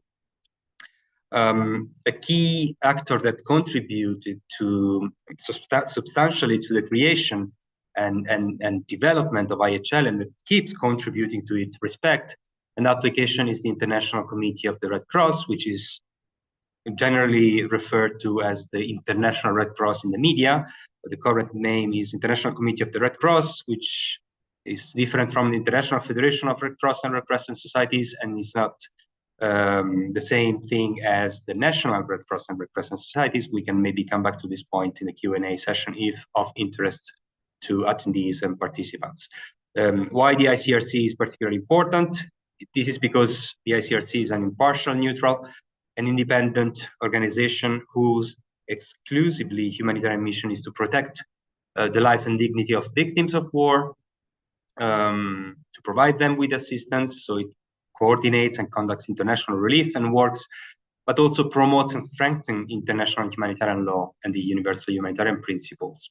So it's this neutrality, this character of neutrality and impartiality that allows the ICRC to enter directly in contact with belligerent parties, to put in place, let's say, advocacy effort to push these parties to respect IHL as far as possible. So the core tasks of the committee, the ICRC, which derives directly from the Geneva Conventions and the statutes, are those that you can see here listed in the slide. It is interesting to see that as part of the core tasks, we can find that of monitoring compliance of warring parties with the Geneva Conventions. The neutrality of the ICRC, let me say, is also the reason why in the images, when hostages were released, we saw ICRC delegates and officers operating as personnel that was facilitating and making it possible, exactly because they were in contact with both parties and were trusted by both. So this is a brief introduction of IHL for those of you who are not necessarily expert of what IHL is and what is the role of the ICRC. Let's try to frame this to what is happening in Gaza. I would like to mention some of the main issues relevant to IHL that can be identified in the situation. Let me first say that most of them are particularly challenging, even for IHL experts and scholars. So I will try to avoid excessive technicalities. We don't have time. This is not the right place to do that. I will try to picture the overall scenario of legality or illegality profiles and highlight only some of the issues that could be addressed in this specific context from an IHL perspective. So as we all know, the recent hostilities have had an immense impact on civilians. Thousands of people have been killed and injured. Hundreds of thousands are displaced. Families have lost homes. Around 200 people are still hostages. Basic essential needs are not met in Gaza. And with no end in sight, the level of pain and suffering is unimaginable. Is this an acceptable outcome or effect of a war from an IHL perspective? So there are mainly three aspects of relevance that can be considered at this regard in order to try to provide an answer to this question. The first one is related to the legal status of the Gaza Strip, and specifically on deciding if Gaza is a territory under military occupation or not, again, from an international humanitarian law perspective. Why it's important? Because this determines the potential applicability of those IHL rules regulating this situation, these kind of situations, belligerent occupations. So there are different positions on this point in the international community, but we can say that more than 160 states and the ICRC consider Palestinian territory to be occupied, even if Palestine cannot be considered as a state from a material perspective. The capacity to clearly identify the borders is one of the factual elements that, from an international perspective, create some challenges in terms of identifying Palestine as a state. And this is because, the fact that Gaza can be considered as an occupied territory, Palestine's statehood has no bearing on this legal determination. Belligerent occupation is a matter of fact. So a territory is considered occupied when it is placed under the authority of a hostile army. And since 1967, international armed conflict between Israel and its neighboring state that triggered the application of the 4 Geneva Conventions of 1949, the Palestinian territory has been under the authority of the Israeli army. And this position is based on the consideration that despite the decision to withdraw the physical presence of Israeli armed forces from the Strip, taken in 2005, Israel still exercises key elements of authority over this territory, including over its border, airspace, sea, and land, with the exception of the border with Egypt, as well as through the use of new technologies. So there are also the ongoing developments, but this is the majority. This is what the majority of this international community and the ICRC are maintaining in terms of the legal status. So according to this view, Israel continues to be bound by certain obligations under the law of occupation that are commensurate with the degree to which it exercises control over it. And there are specific rules on humanitarian assistance to be allowed in the occupied territories, rules that safeguard the demographic balance of the population in the occupied territories. There are rules that identify specific war crimes, which are serious violation of IHL, specifically in situation of occupations. And this leads us to the second issue I wanted to briefly touch, which concerned the duty to ensure civilian population with access to humanitarian assistance. So to put it simply, IHL framework governing humanitarian access consists of 3 interdependent layers, let's say. So the first one is that each party to an armed conflict has to meet the basic needs of the population under its control. Regardless of the qualification of the conflict, international, non-international occupation, the belligerent party that exercises effective control has the primary obligation to ensure and provide basic humanitarian assistance to the population and to its primary needs, so food, water, medicines, clothing, everything that is essential for the survival of civilians, including, for example, fuel. Second, impartial humanitarian organizations have the right to offer their services to carry out humanitarian activities, especially when the basic needs of the population are not met. If the belligerent party, so the one exercises control, does not have the will or the possibility to ensure the satisfaction of these needs, then it needs to consider the offers by humanitarian actors. Of course, the consent of the state or authority is necessary, but this consent cannot be denied for arbitrary reasons. And this is another element of interest. The third and last layer is that once impartial humanitarian relief schemes have been agreed to, the parties to the armed conflict, as well as all states that are not party to the conflict, are expected to allow and facilitate the rapid and unimpeded passage of the relief schemes.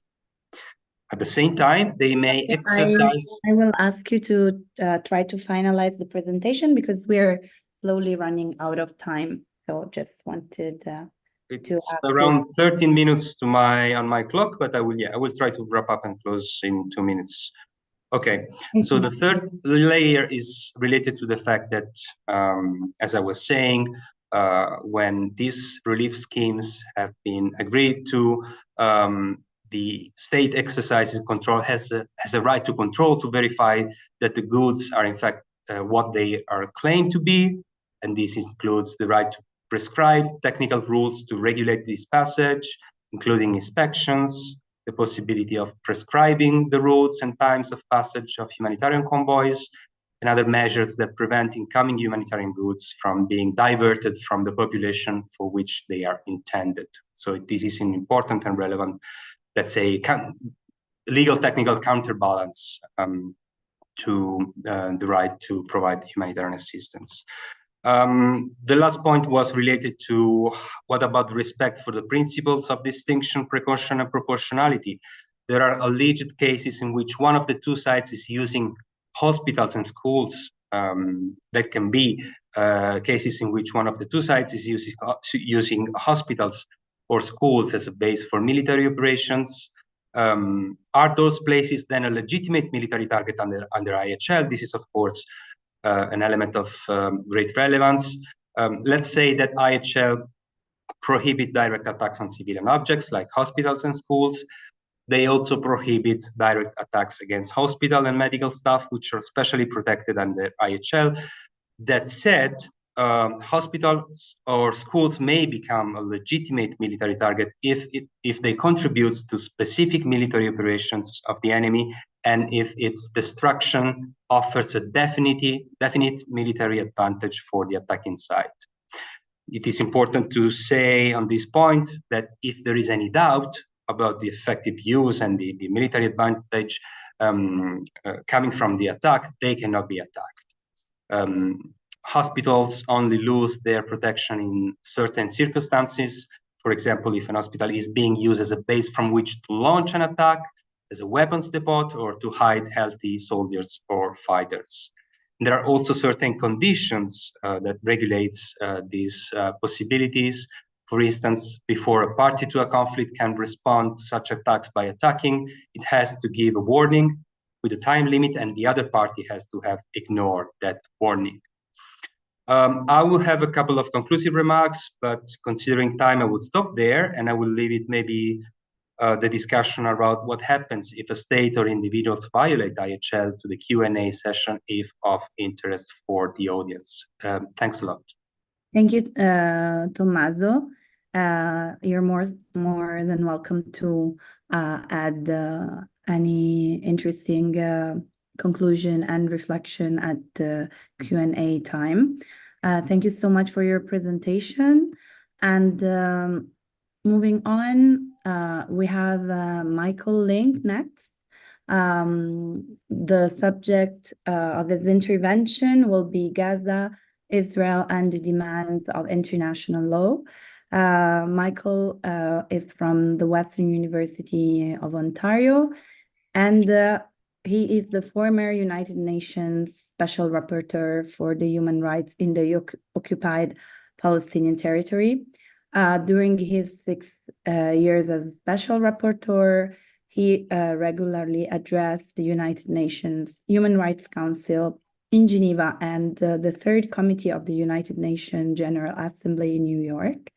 He is currently an Associate Professor of Law at Western University in London, Ontario, Canada, where he teaches labor law, constitutional law, and human rights law. So, Michael, welcome to the panel. Thank you very much. Are you able to see my screen? We are. Okay. I'm going to speak very briefly today, both about some of the background with respect to international law, as it has affected the conflicts in Gaza, as well as the current case with respect to the application to the International Criminal Court on genocide by South Africa.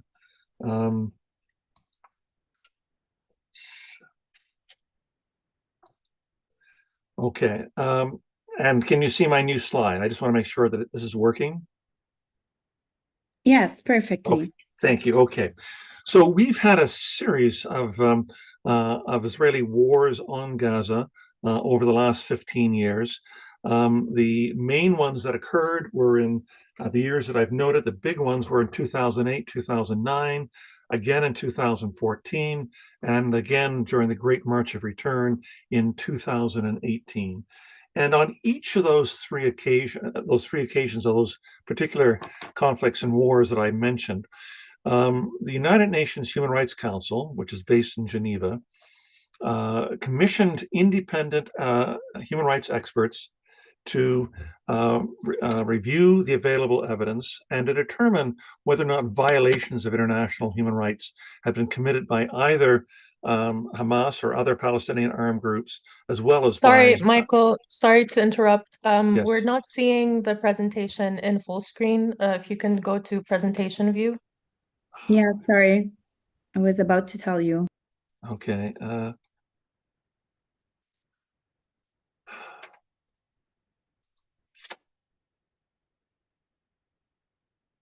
Okay, let me try again. I'm sorry about that. I go to share screen and then I go to screen Normally, one. yeah, normally when you open the PowerPoint, you have the option full screen.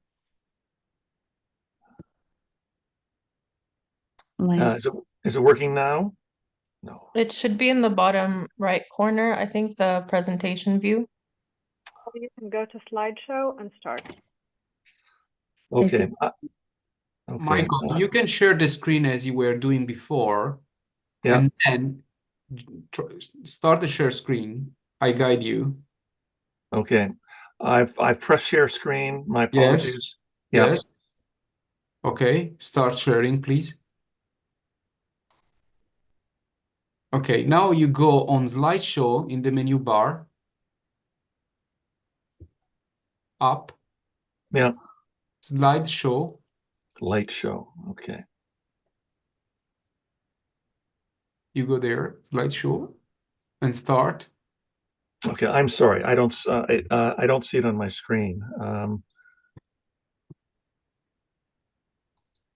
Okay. Do you like to share it from the version we have? I've sent you. Yeah. Yes. We can do. We can do in that case. Okay. Just one second.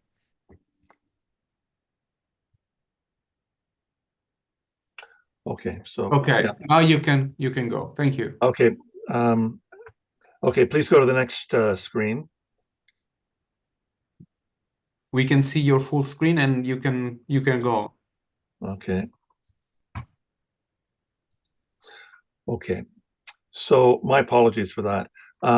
In each of these three reports presented by the independent human rights commissions of inquiry to the UN Human Rights Council, they found that there had been serious violations of international humanitarian law, international human rights law, both by Israel and by the Palestinian armed groups in the first two of these conflicts, in 2008, 2009, and again in 2014. And they suggested, as you can see in this excerpt from the 2015 report of the 2014 war, in some cases, they said these violations may amount to war crimes. The Commission urges all those concerned to take immediate steps to ensure accountability, including the right to an effective remedy for victims. The principal problem, of course, that all three of these reports identify: the report in 2009, known as the Goldstone Report, the 2015 report, known as the Davis Report, and the report in 2019 to the Human Rights Council, was that there was an utter lack of accountability in all of these conflicts. You can see in the 2009 report, the Goldstone Report, it says that the prolonged situation of impunity has created a justice crisis in the occupied Palestinian territory, which warrants action. And again, in 2019, to date, it said the government of Israel has consistently failed to meaningfully investigate and prosecute commanders and soldiers for crimes and solutions. So now we turn to the present war on Gaza, I'm not going to go through war crimes. I'll go directly to the genocide allegations that are being have been argued late last week in front of the International Court of Justice. What is genocide? It's a very precise legal term that's embodied both in the 1948 Geneva Convention, Genocide Convention, and the 1998 Rome Statute, which created the International Criminal Court. And you can see the definition there. But essentially what it means, it's any actions committed with intent that are intended to try to eradicate or destroy in whole or in part a national, ethnical, religious, or racial group. And there are any five acts would wind up constituting genocide.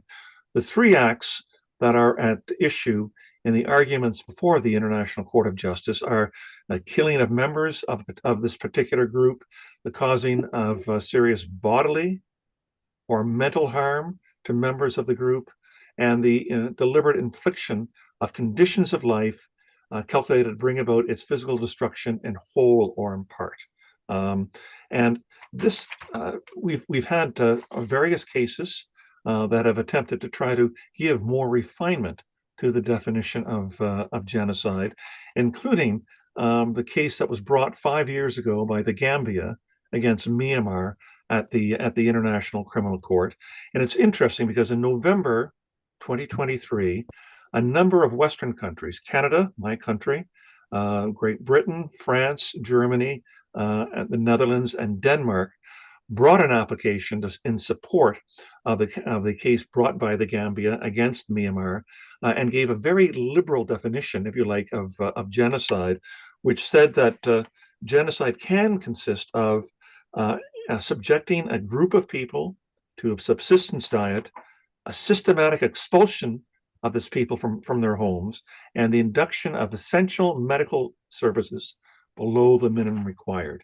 So we have, on the one hand, a number of countries from the global north arguing for a liberal definition of genocide with respect to what was going on with Myanmar against the Rohingya people, and yet looking and being much more conservative in their approach when the allegations of genocide focus on Israel. The thrust of the South African case has been on the enormous death toll and injury toll in Gaza. 24,000 people now killed to date, with over 60,000 wounded or injured. As this New York Times article reports, the heaviest conventional bombing campaign in the 21st century, with, as you can see in the third paragraph there, Israel's liberal use of very large weapons in dense urban areas, including 200 US-made 2,000-ton bombs, 2,000-pound bombs that can flatten an apartment building, is surprising. And as one of the military advisors had said, it's beyond anything I've seen in my career to find an historical comparison for so many large bombs in such a small area. He said, we would have to go all the way back to Vietnam or the Second World War. Of course, what South Africa is also arguing goes to starvation and the denial of the necessities of life, the fact that hospitals in Gaza have been put out of commission, and that almost 80%, 85% of the population has been forcibly displaced. So there were, on Thursday past, 6 of the lawyers from the South African legal team made their arguments in front of the International Criminal Court. And essentially what they're arguing is 2 points. One, there are genocidal facts that are occurring, the ones that I've just mentioned to you. And second of all, there are genocidal intent has also been made repeatedly by Israeli political and military leaders, which indicate that their aim isn't simply to try to eliminate or decapitate Hamas as a military or political force, but in fact is meant to try to either kill large numbers of Palestinians and or make living conditions so unlivable in Gaza that there's no point of returning, and hoping that most, if not all, of the 2.3 million people living in Gaza will want to leave, because there's nothing to be able to sustain a life or an economy there. And as one of the lawyers for South Africa, the Irish lawyer Blinini Gela, said, Gaza represents nothing short of a moral failure, as described by the usually circumspect International Committee of the Red Cross. Arguments, of course, were put forth on Friday of last week by Israel. Israel's main arguments were that it has a right to defend itself, and that it was Hamas, not Israel, that has committed genocide. It made also the argument, which I think was a very weak point made by Israel to the court, that South Africa has aligned itself with Hamas, and therefore what it's arguing is barely distinguishable from the rhetoric of Hamas. With respect to trying to answer the enormous civilian death toll, essentially what Israel argued was war is brutal, wars cost lives even if they're fully justified, and that Israel has done everything to mitigate civilian harm and to alleviate civilian suffering in Gaza, all of which means that there was no genocidal intent and there is no genocide in Gaza. The only genocide is what happened on October 7th. Let's keep in mind what the role of the International Court of Justice is with respect to this. It's based in The Hague. It's the highest court in the UN system. It adjudicates disputes between countries, and this has been deemed to be is being argued by South Africa as a dispute between it and Israel. The International Court of Justice has the right to be able to adjudicate disputes between countries based on claims arising out of the 1948 Genocide Convention, and the precedent for that is obviously the Myanmar case. The International Court of Justice has heard a case 20 years ago with respect to the illegality of the wall that Israel's building in the occupied West Bank. And next month, it'll hear a separate case trying to answer a question coming from the UN General Assembly as to whether or not Israel's occupation is legal or not. And my final slide goes to describing a separate court in The Hague, known as the International Criminal Court. The two courts sometimes gets mixed up. The International Court of Justice adjudicates disputes between countries. The International Criminal Court has jurisdiction over the Rome Statute of 1998, which deals with war crimes, crimes against humanity, wars of aggression, and genocide. And it looks to punish individuals, not countries, if they are found to have violated any one of these major crimes. In February 2021, the International Criminal Court ruled that it has jurisdiction over violations of the Rome Statute that occur on the territory of occupied Palestine, East Jerusalem, the West Bank, and Gaza. In the following month, in February 2021, the prosecutor of the International Criminal Court announced that it was launching a formal investigation into the situation in the state of Palestine. Many Palestinian human rights organizations have criticized the prosecutor, particularly the present prosecutor, Karim Khan, for moving, in their terms, like molasses on the issue of Palestine. The issue of Palestine has been in front of the International Criminal Court for 9 years, since January of 2015, and there's been extremely slow progress made on investigation of these crimes. I'll leave it there and try to answer any questions that may be asked during the Q&A. Thanks very much. Thank you very much, Michael. I see that we already have some questions in the box. So for this panel about legality and human rights, we are opening the Q&A session right now. So first of all, we have a question that was a question for Tommaso. How are the humanitarian laws supervised during a war, and how are those responsible identified?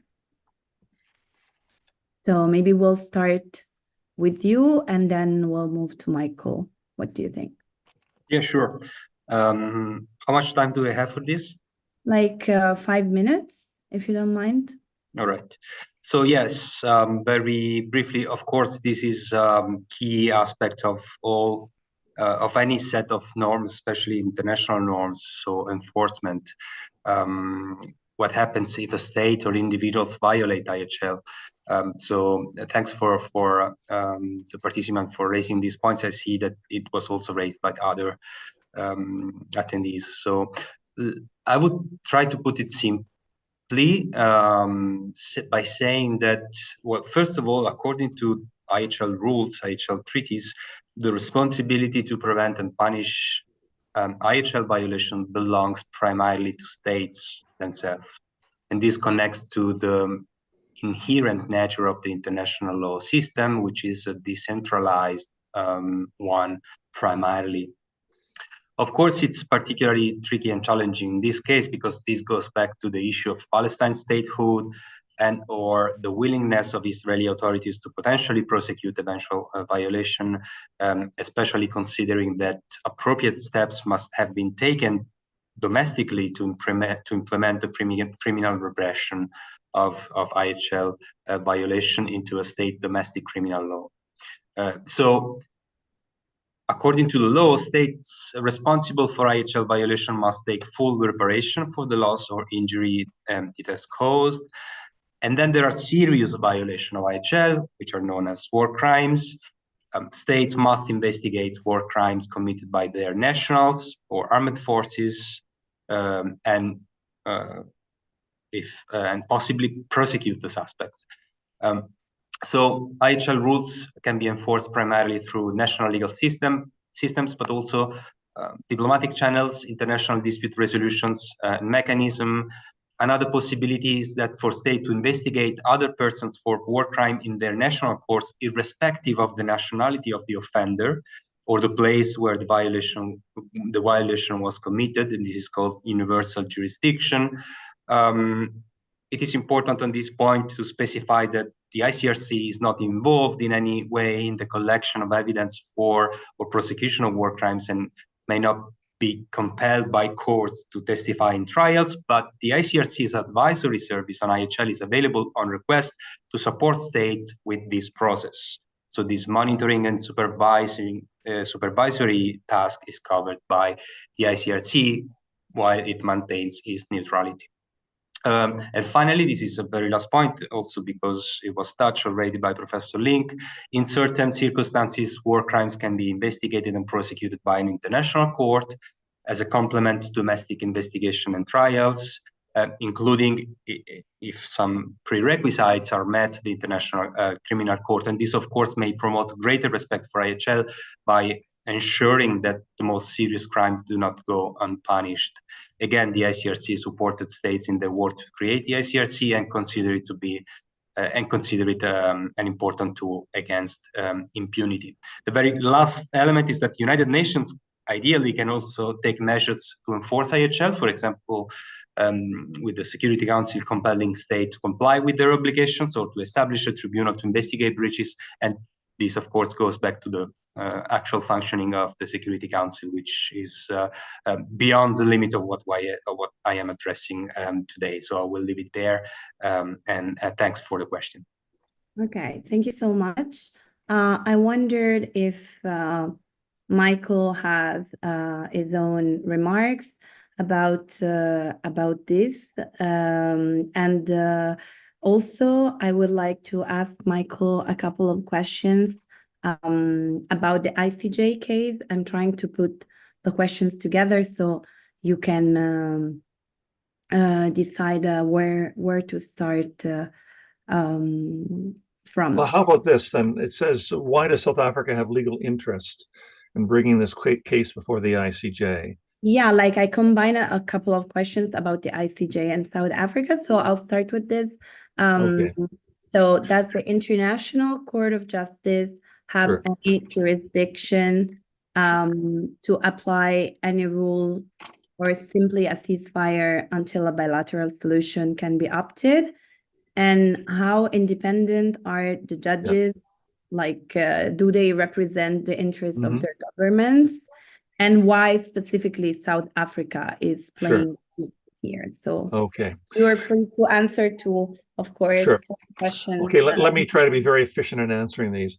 So obviously a preliminary issue that the International Court of Justice has to answer, and both Israel and South Africa argue this point, is whether there is a dispute between South Africa and Israel that allows South Africa to be able to bring the issue of genocide and the request for provisional measures before the ICJ.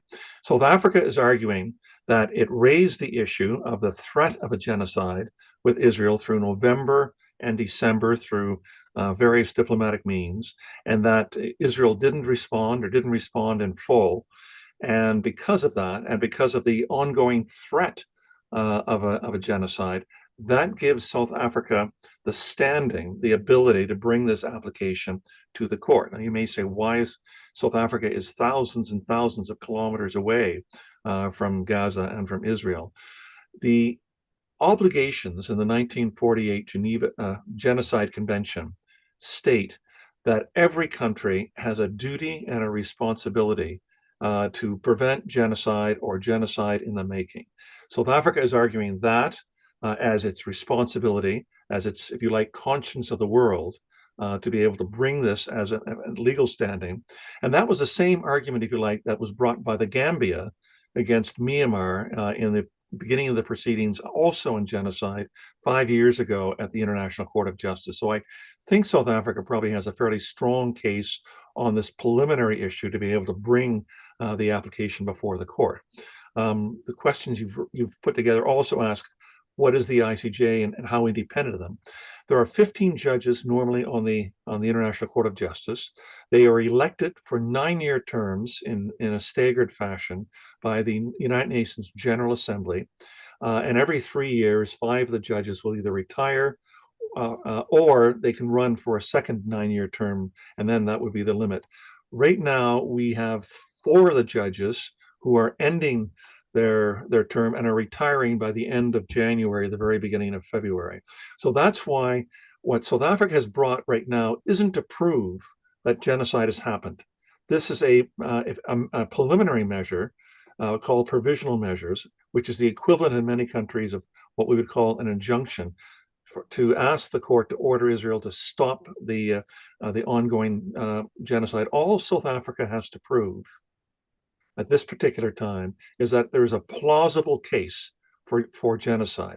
In other words, you decide now, court, that we've raised enough evidence to present a prima facie case and order that Israel has to stop all actions which are contributing to the possible genocide, and then we'll hold a trial 3 or 4 or 5 years down the road on the full issue of whether or not genocide was being committed by Israel during its attack in 2023 and 2024 on Gaza. So the court will likely make its decision on whether or not to issue South Africa's request for provisional measures by the end of this month or the very beginning of February, while the current complement of judges still hold office. Now, are they political or are they judges? Are they legal? This is obviously and primarily a legal case, and the judges will decide that on that basis. But judges are human. They hear the news. They see what the world is going on in the world, and they also probably pay attention to the countries in which they come from and what stances those countries are taking. So there will always be, I suppose, an element of political judgment in decisions made by the International Court of Justice, but it's primarily a legal court, and it will make its decision primarily on the arguments of law and facts that are in front of it. Thank you very much. That was very precious. I wanted to ask Tommaso if he has something to add on these reflections, like if he wants to add something to the debate, even though like the topics were different. If you have any remarks, or we can continue to the next section. No, Alba, thanks. I'm fine. Maybe just referring to the fact that at the very last slide, I don't know if the presentation will be distributed to participants or posted online somewhere, but the very last slides contain some links on websites, the ICRC website section, where a summary and overview of what I illustrated today can be found in case of interest. Just and my email address as well. Thank you very much. Thanks. Thank you both, Michael and Tommaso, for your intervention. And I will then move to the next part of our workshop.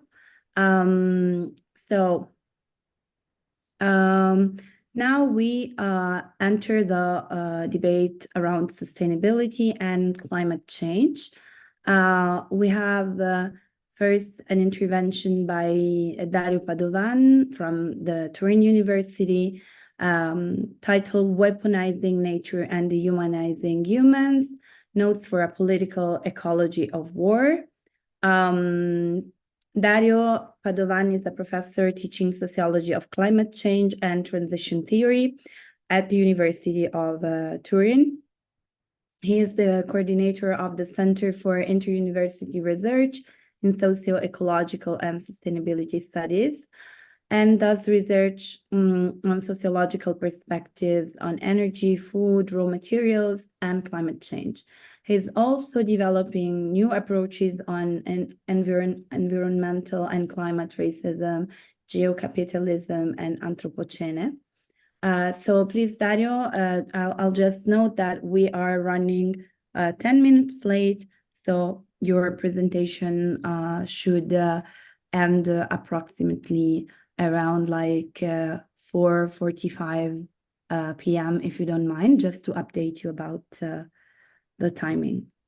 Okay, thank you very much. I put my timing here, so I don't go beyond what is my time. So I'm really happy to be here because I think that, thank you very much for your invitation. I think that I would like to suggest different topics discussing war, discussing what is the conflict on Gaza, and starting from the point from an approach that I call it the weaponizing nature and humanizing humans. I think that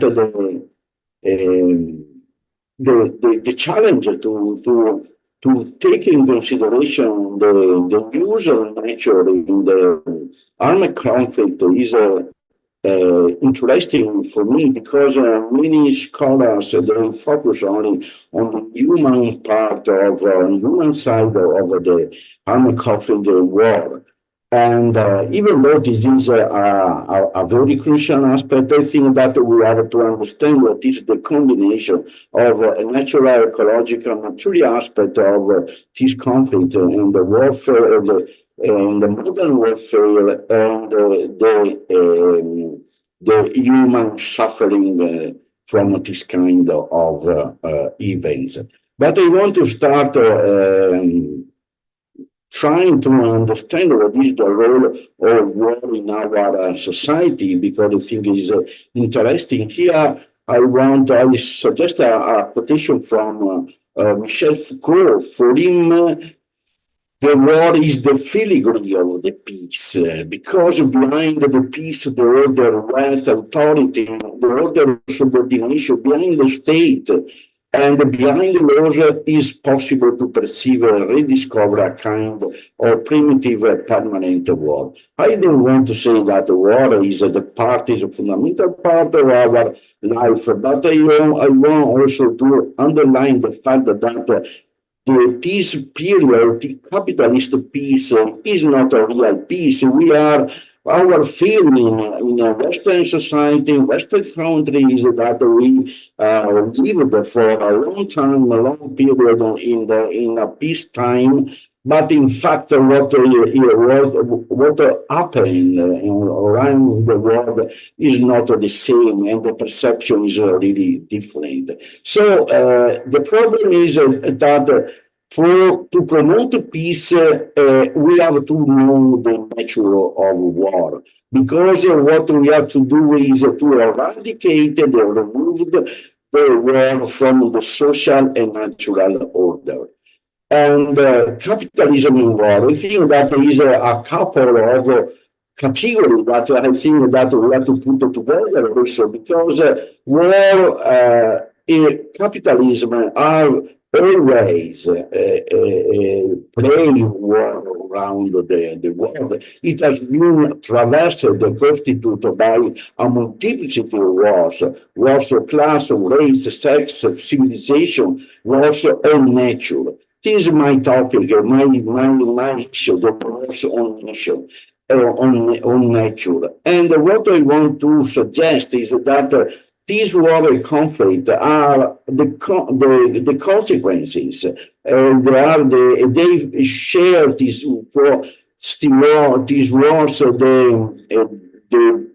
common base in which the combination of militarism and fossilism are put together. I think that the interpenetration of militarism and fossilism is the crucial core of this kind also the war that we are seeing in Gaza, but the other kind of conflict that are going to be conducted around in the other part of the planet. And militarism, because of militarism and fossilism, and we think that is a couple that they need each other. Fossilism needs the military power to ensure the control over the fossil fuels, their structure, all the operations that are connected with the fossil fuel extraction and commercialization. The other one is the problem of the militarism that needs energy to like a machine to conduct and to lead the war. So I think that in this strange combination that is possible to understand as a treadmill of destruction, we have to understand also at the international level what is the conflicts that are uprising is so quick around in this period.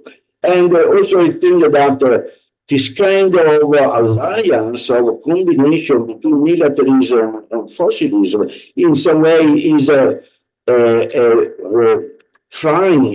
facing what is a threshold of a very deep transition that the climate change is asking for, because what our world is facing is asked for our society is to move beyond what is the fossil energy and the organization of the world around this kind of source. But in any case, there is a lot of tension that are increasing in the side of this process. The war on nature has been also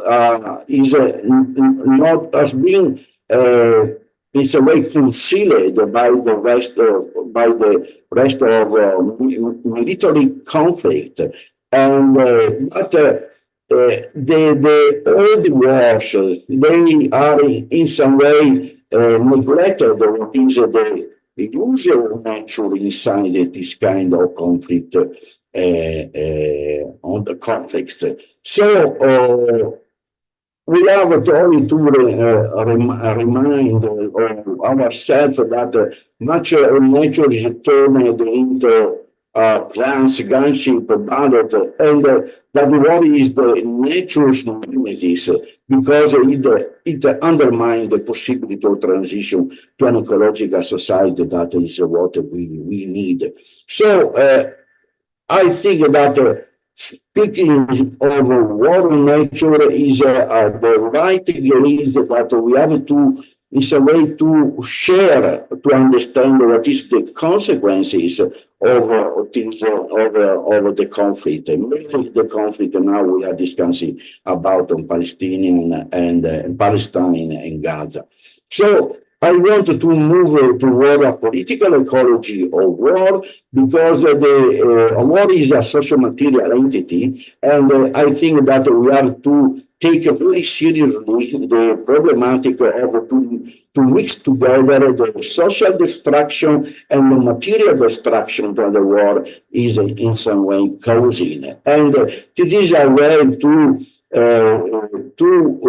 characterize the future of these territories, these societies for the rest of their life and their activity, their capacity to survive.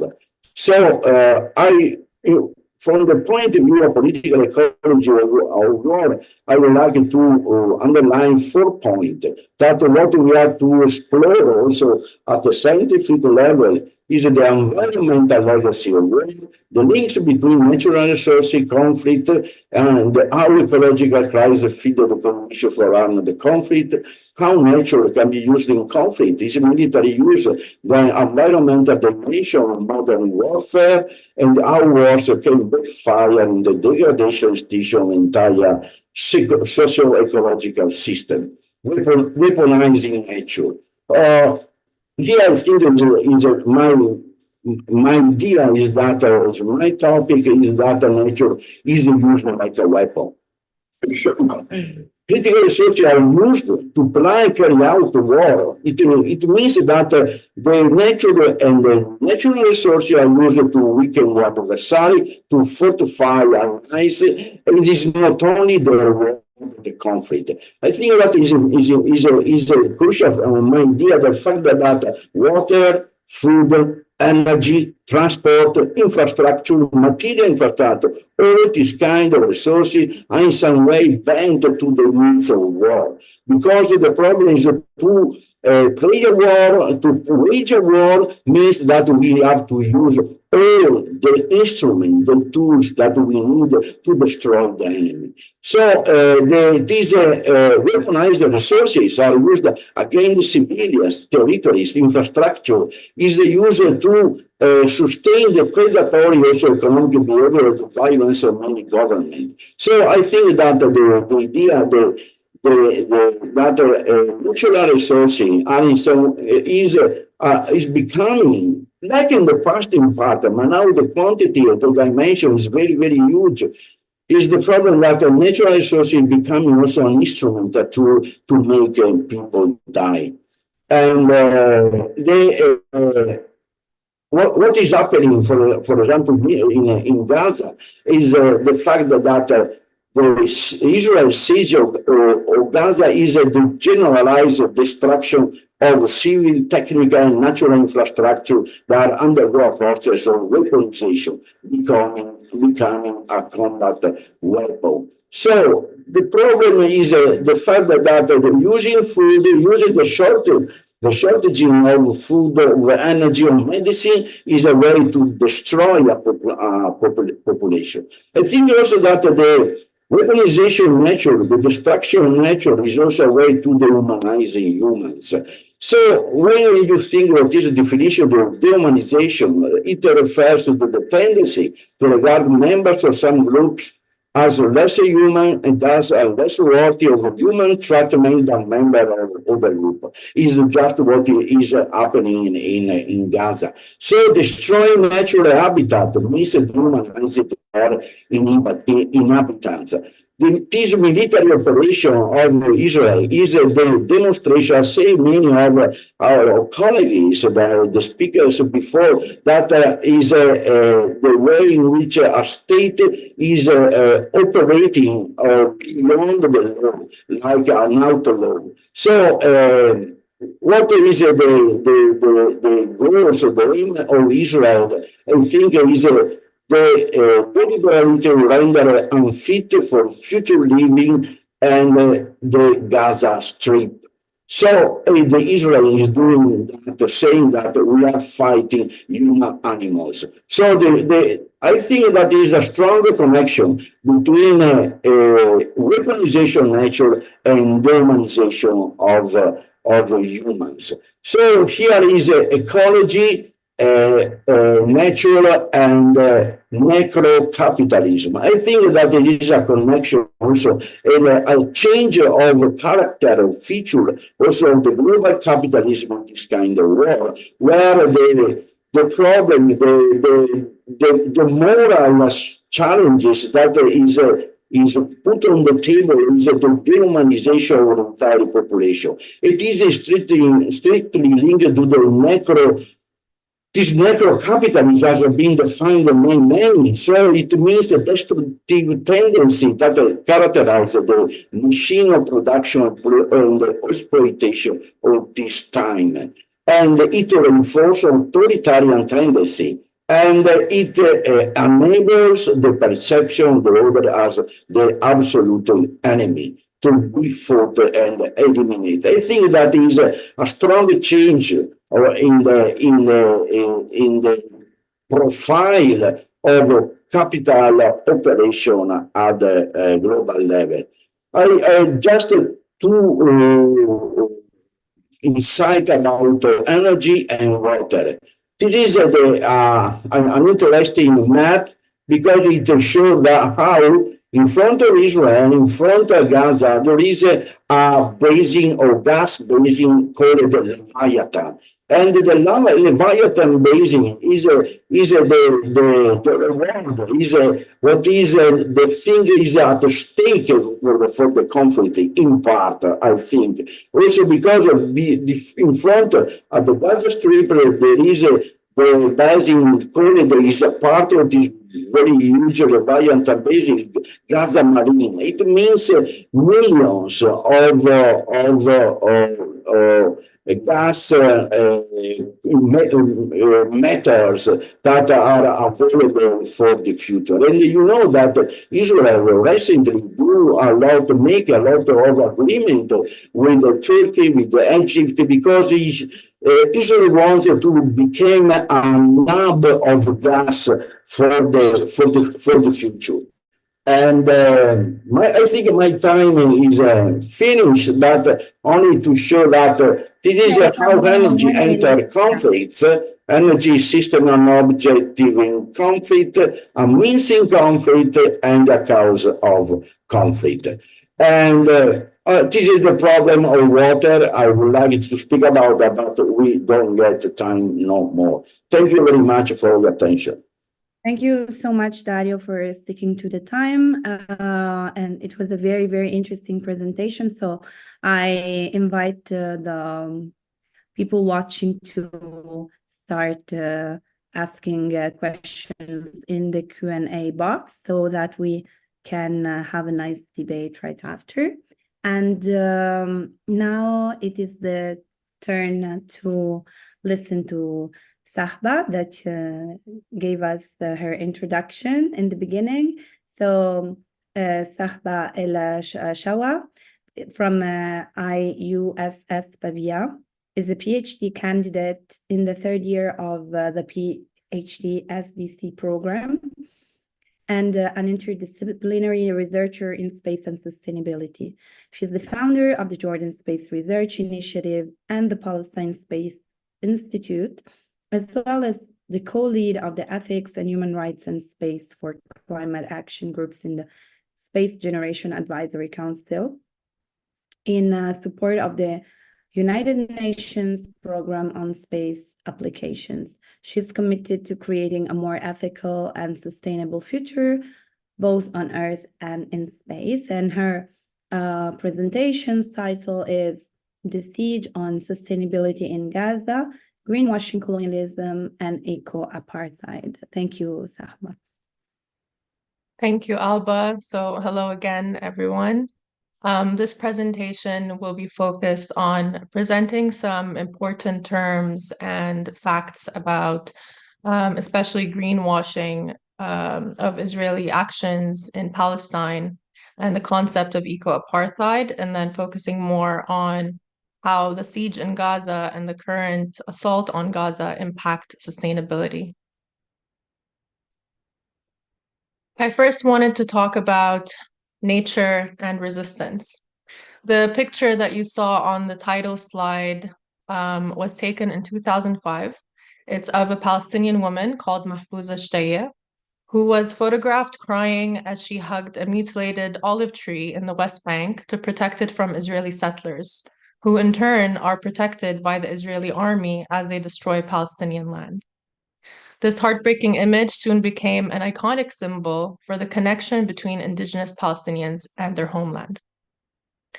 A few years later, in an interview, Mahfouza said, "I hugged the olive tree. It was precious to me. I felt like I was hugging my child. I had raised the tree like my child, and we will keep resisting until the world ends." Another example I wanted to highlight was nature as resistance. In 2013, a Palestinian woman, Sabiha Abu Rahma, planted a garden of flowers inside tear gas canisters in the West Bank. These were collected by Palestinians over years of clashes with Israeli forces, often during nonviolent protests. She created this garden as a form of peaceful resistance and also as a memorial for her son, Bassem Abu Rahma, who was a protest leader, killed in 2009 when Israeli forces shot him in the chest with a tear gas grenade.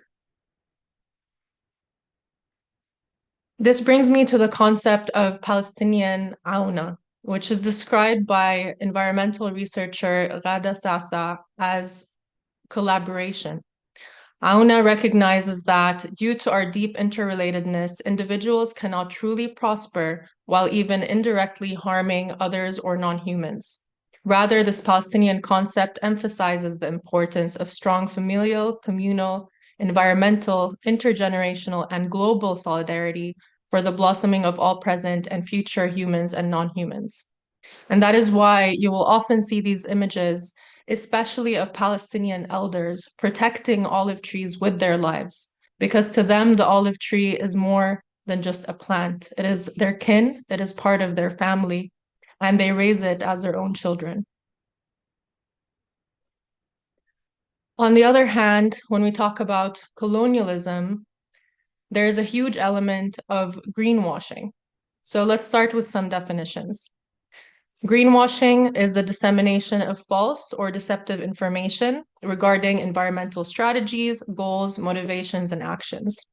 And colonialism is the policy or practice of acquiring full or partial political control over another country, occupying it with settlers, and exploiting it economically.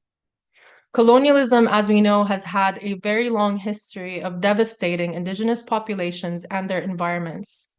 And despite the fact that the indigenous populations protect most of the world's wildlife and biodiversity, they are left with the least amount of land due to the colonization that occurs. And the settler colonial project of Zionism is no different. There's a common Zionist talking point where they say that they made the desert bloom. This complements the terra nullius myth, or nobody's land. According to these colonists, even if some native people did exist on that land, they were not worthy of the land that they inhabited. They are framed as having lacked the technological means or the ability to make the land thrive.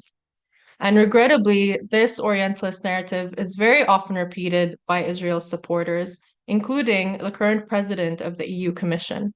And so it is a very pervasive lie that is told to justify the colonization of Palestine.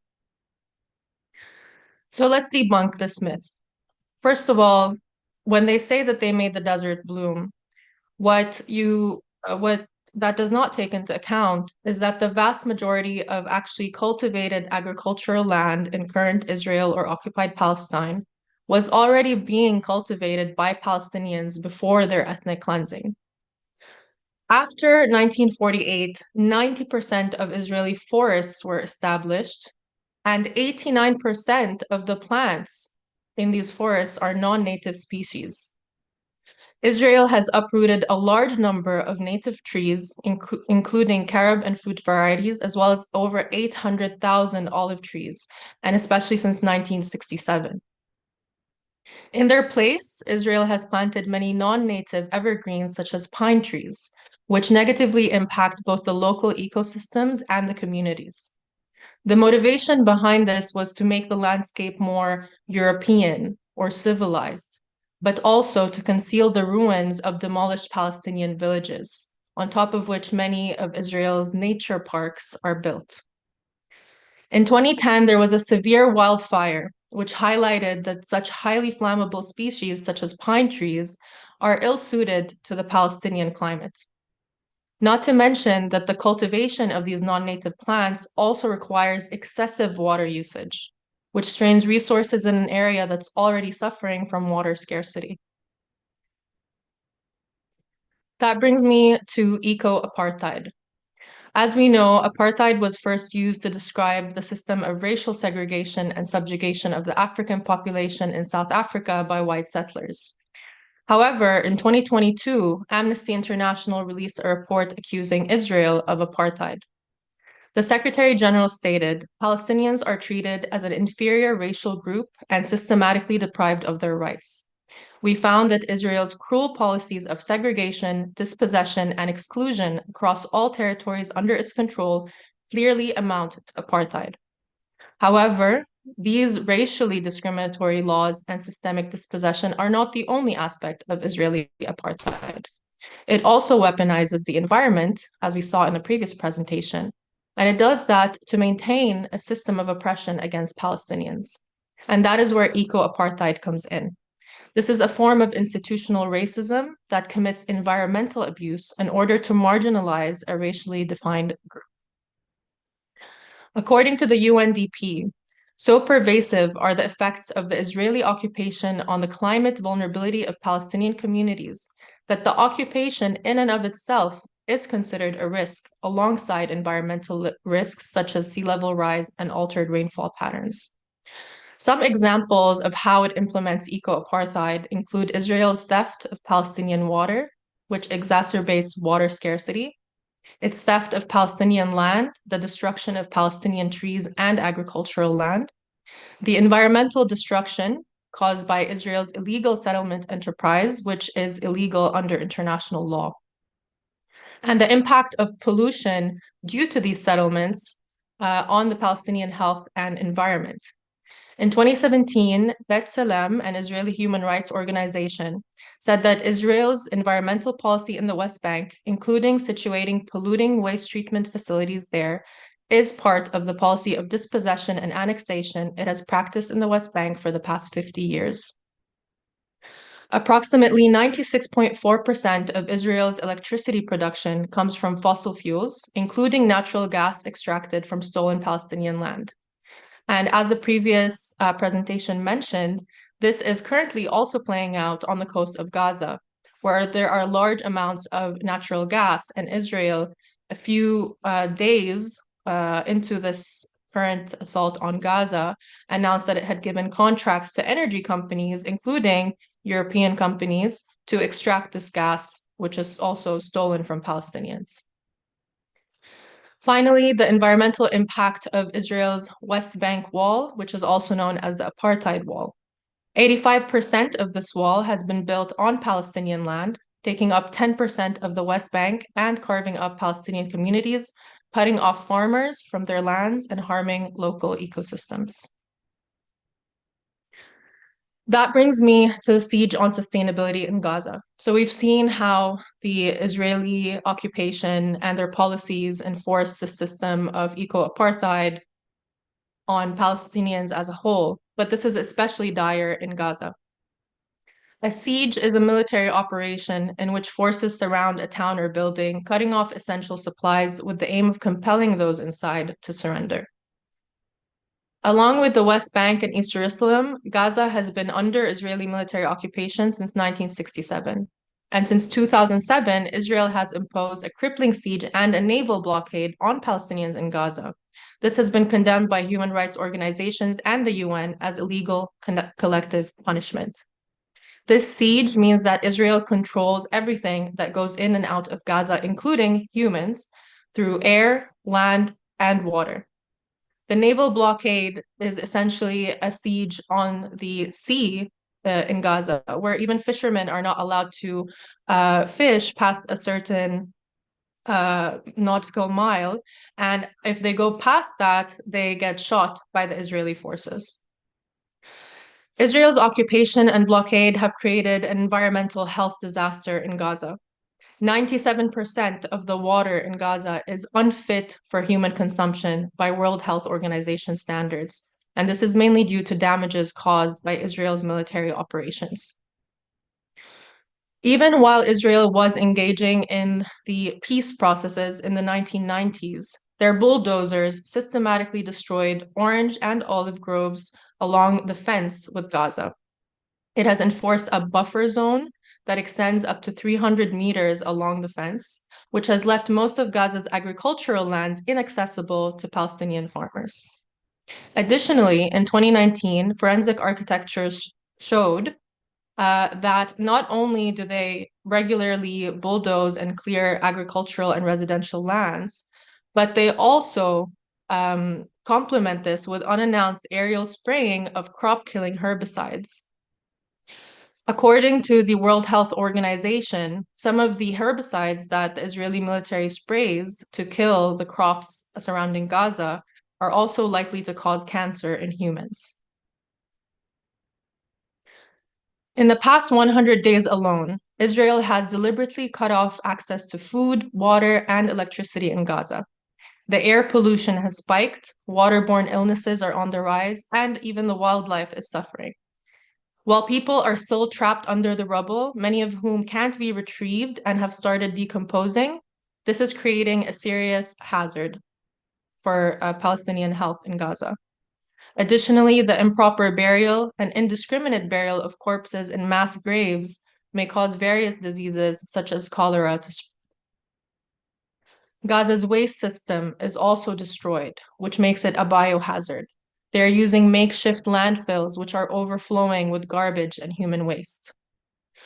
So even though the situation in Gaza was already described as unlivable, you can imagine in the past 100 days just how much more this siege on sustainability has been implemented, and how are Gazans expected to thrive or even live under such conditions.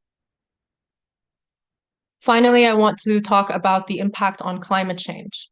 Israel's military-industrial complex, or MIC, is a major contributor to global pollution. It is the 10th largest weapons exporter in the world, and it contributes significantly to global air pollution and widespread ecological damage. A recent article showed that within the first 2 months of the war on Gaza, more CO2 emissions were emitted than the annual output of 20 climate-vulnerable nations. The study looked at carbon emissions from aircraft missions, tanks, vehicles, and explosives, and they found that over 99% of the 281,000 metric tons of CO2 were estimated to have been produced were attributed to Israel's military actions and the aid that it received from the United States.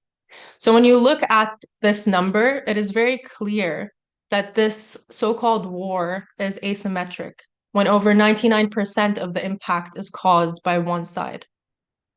Not only is this military aggression's carbon footprint massive, but also the rebuilding efforts in Gaza after this ends are projected to emit 30 million metric tons of CO2, which is equivalent to New Zealand's annual emissions. I want to conclude by highlighting this paper that I really recommend everyone reads, and also reflecting on this idea of the military-industrial complex. As someone who is part of the space industry, which is in fact the space and defense industry, I know that most of the environmental impact the technology we work on has is due to military applications. I also know that most of the funding that governments give out, especially in the United States, goes towards so-called defense or military and security.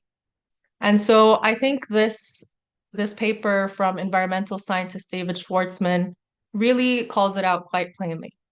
He says that the MIC is the biggest obstacle to achieving climate security. The imperial agenda and militarization of global political economy threatens us all. Only global equity and cooperation will create the possibility of preventing catastrophic climate change. Climate security for humankind will only be achieved with the end of the Israeli blockade of Gaza, termination of the Israeli apartheid regime, and the full realization of the individual and collective rights of the Palestinian people. Thank you for your attention. Thank you so much to Sahba and Dario for their presentations that actually had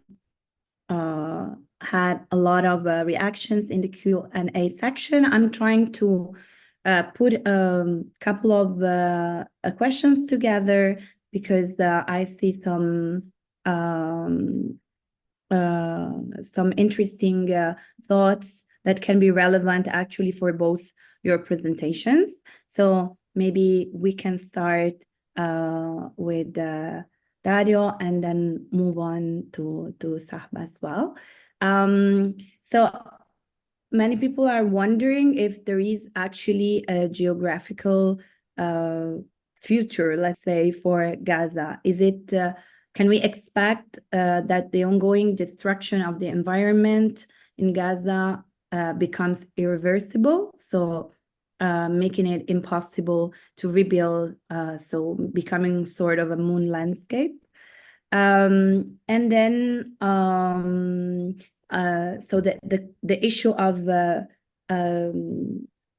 Gaza as a place where it's impossible to live anymore is asked, and also an interesting question about the difference among regions with delicate ecosystem from other in our mitigation strategies. For example, can Gaza be considered a delicate region regarding the ecosystem because of limited resources, population density, or environmental stress factors? And should we have then some sort of a multi-level strategy going from light actions to more severe actions according to the region, in your opinion? No, thank you very much for the question. Very complicated. I don't know how to.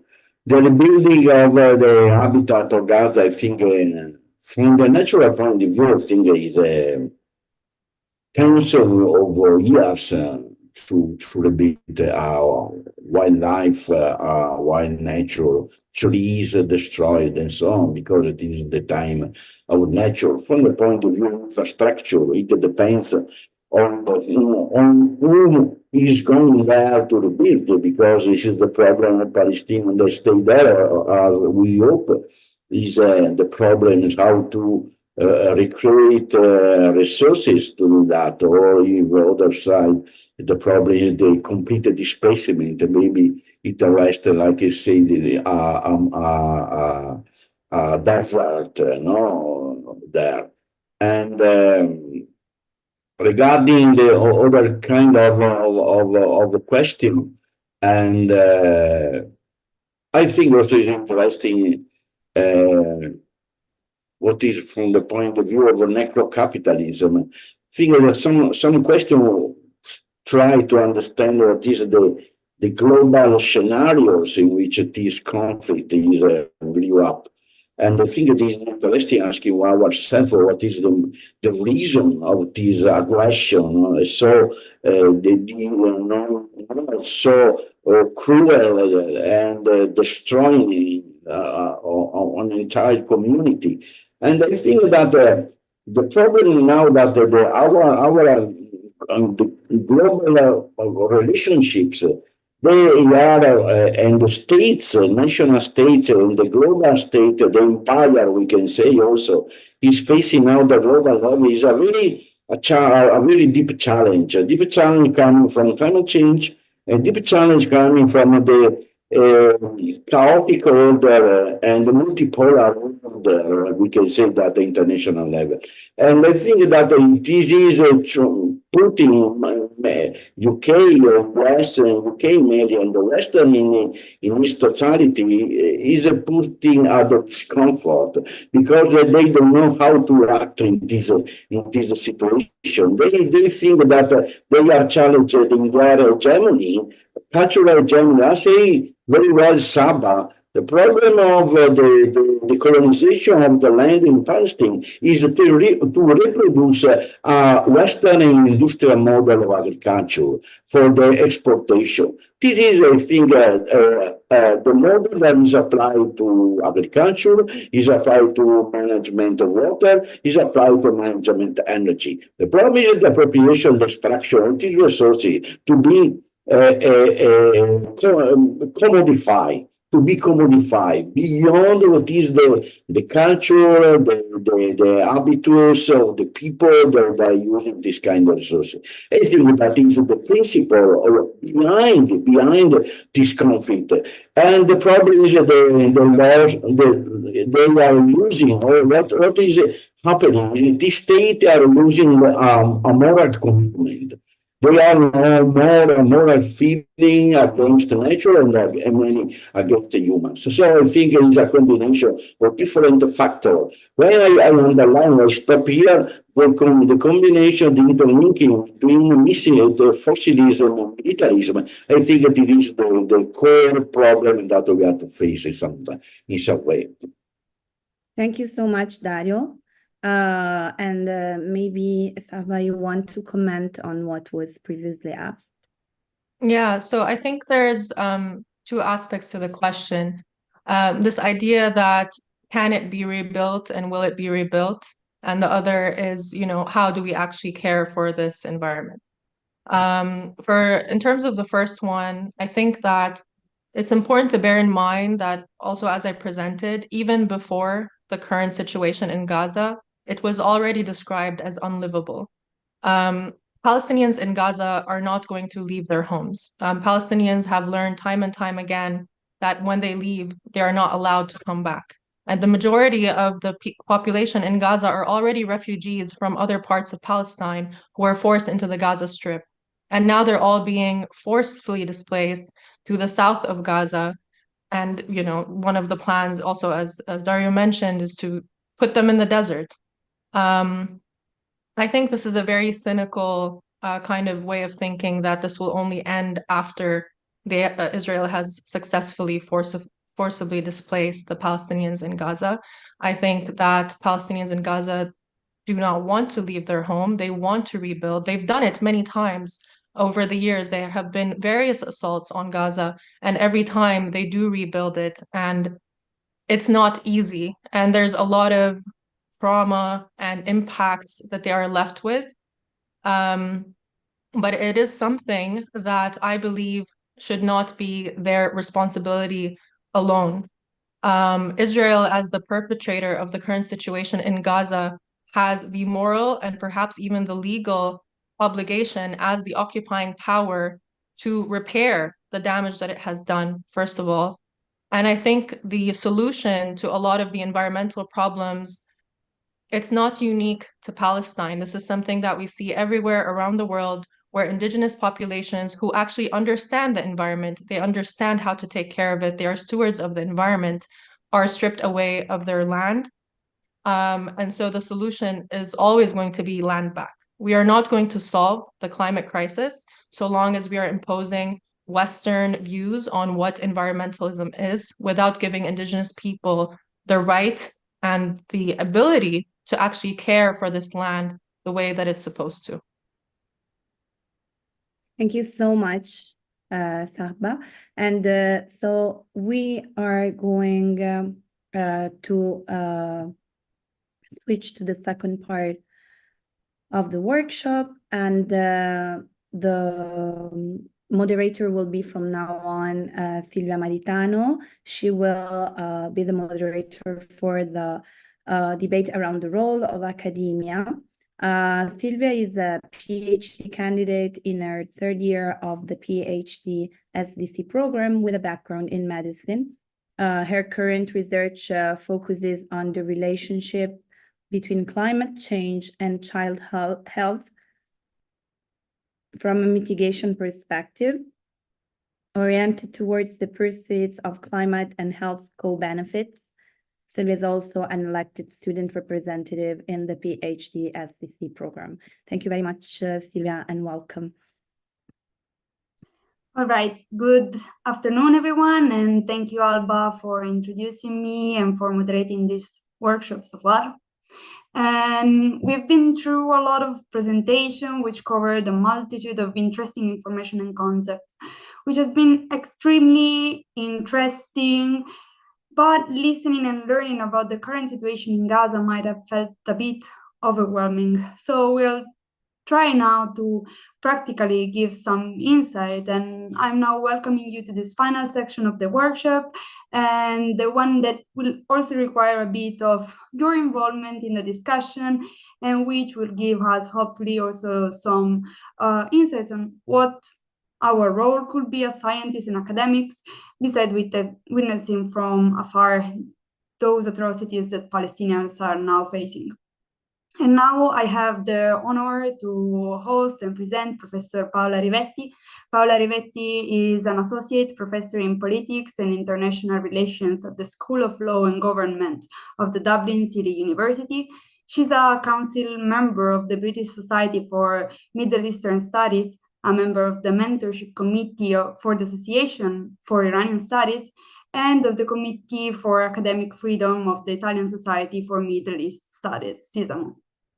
She is also the former representative for scholars at risk at her institution, and she researches the government of society and politics in the Middle East and North Africa from a comparative perspective, with a specific focus on Iran, social and political mobilization, gender, and politics. Paola's presentation title is Reflection in the Role of Academia and Academic Freedom. And thank you, Paola, for being here. I leave the floor to you. Thank you so much, Sylvia, for the very nice introduction. Good afternoon, everyone. It's a pleasure for me to be here. Thanks for having me. In particular, thanks to Sahba, Elena, who have been also discussing with me about the presentation, and of course, Sylvia, for leading this section. So what I would like to do now is for the next quarter of an hour or so, introduce a couple of points that I see as important when it comes to academic freedom. And I would like to thank the speakers who preceded me, and I couldn't attend the previous sections. Today is the first day of term here, but I think it's really important. The kind of contextualization you've given is really fundamental, because what we are when we talk about academic freedom, we're not talking about something abstract or something that universities do not exist on the moon, while the rest of us live here on planet Earth. The state of academic freedom, violations of academic freedom, or respect of what is respectable, what is what we are allowed to say and what we are not allowed to say, of course, depends on very material relations of power, which are entrenched in what you have been discussing so far, and also in the egregious imbalance of power that we have in front of us, the results of which we have in front of us. So my goal is, I think academia has a role to play. I think academic freedom as a concept and even as a legal norm can help us in kind of creating a space for political action and political participation towards justice for all. But we should not romanticize it, in the sense that exactly like any other liberal norm or any other norm in liberal legislation, of course, academic freedom, has a number of has a degree of abstraction and has a number of, lives in a world of contradiction as such. We should not romanticize it. So I should say that an egregious book that I think everyone should read, regardless of what you think about BDS, which is, as you know, the Boycott, Sanctioned, Invest campaign against Israel, which started in 2005, called by 500 between civil society organizations and other social organizations in Palestine.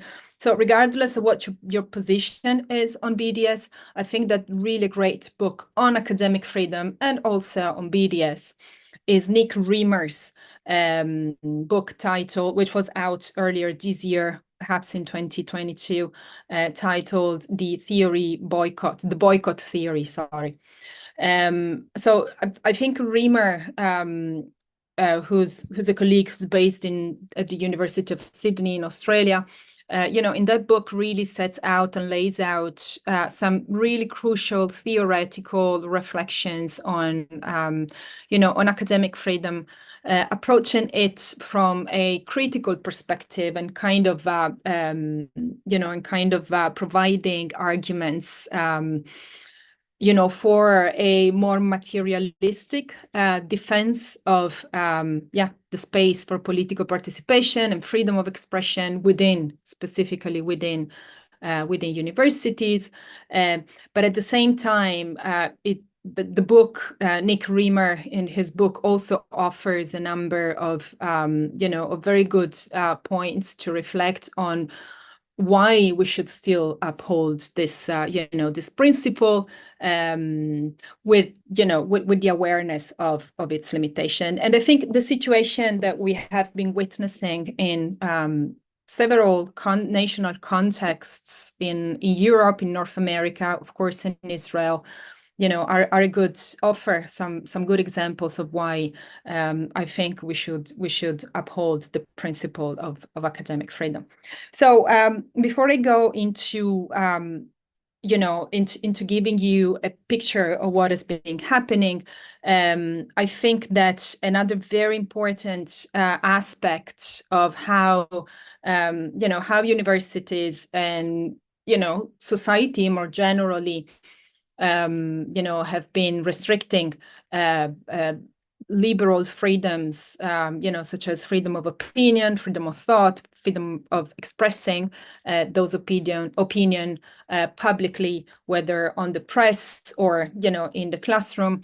I think that it is important to also emphasize the distance that I think is really significant. So the significant distance that we have been seeing between the kind of institutional reaction to the attacks on October the 7th and the following, counterattacks, let's put it this way, or the following war on Gaza, on the one side, and on the other side, again, focusing on academias and universities, the counter reaction to this institutional reluctance to extend solidarity and extend solidarity to everyone. The counter reaction that we have seen coming from colleagues, but especially students.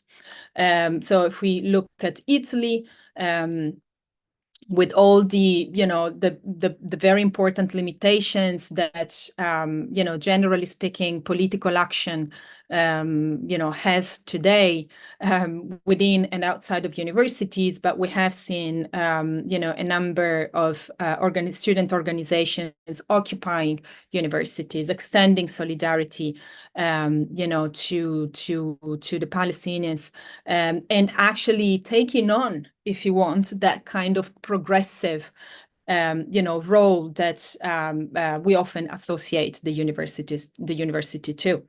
So I think this distance between what institutional representatives have been saying. I don't know if you remember the, I think it was the very first declaration, but by the CRUI, which is the conference of the Italian, of the presidents of Italian universities. So the very first statement by the CRUI, it was this very interesting linguistic and narrative exercise, all geared toward not mentioning and not writing down the word Palestinians.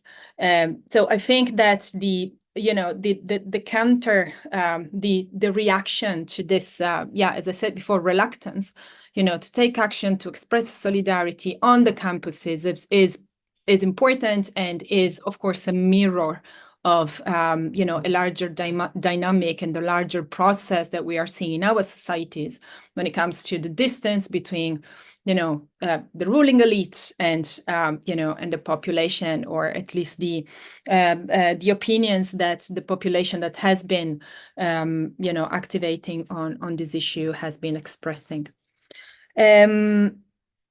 When it comes to what has been happening on different campuses in the past few months since October the 7th, I think has been quite serious. It's been and in some cases is extremely worrisome.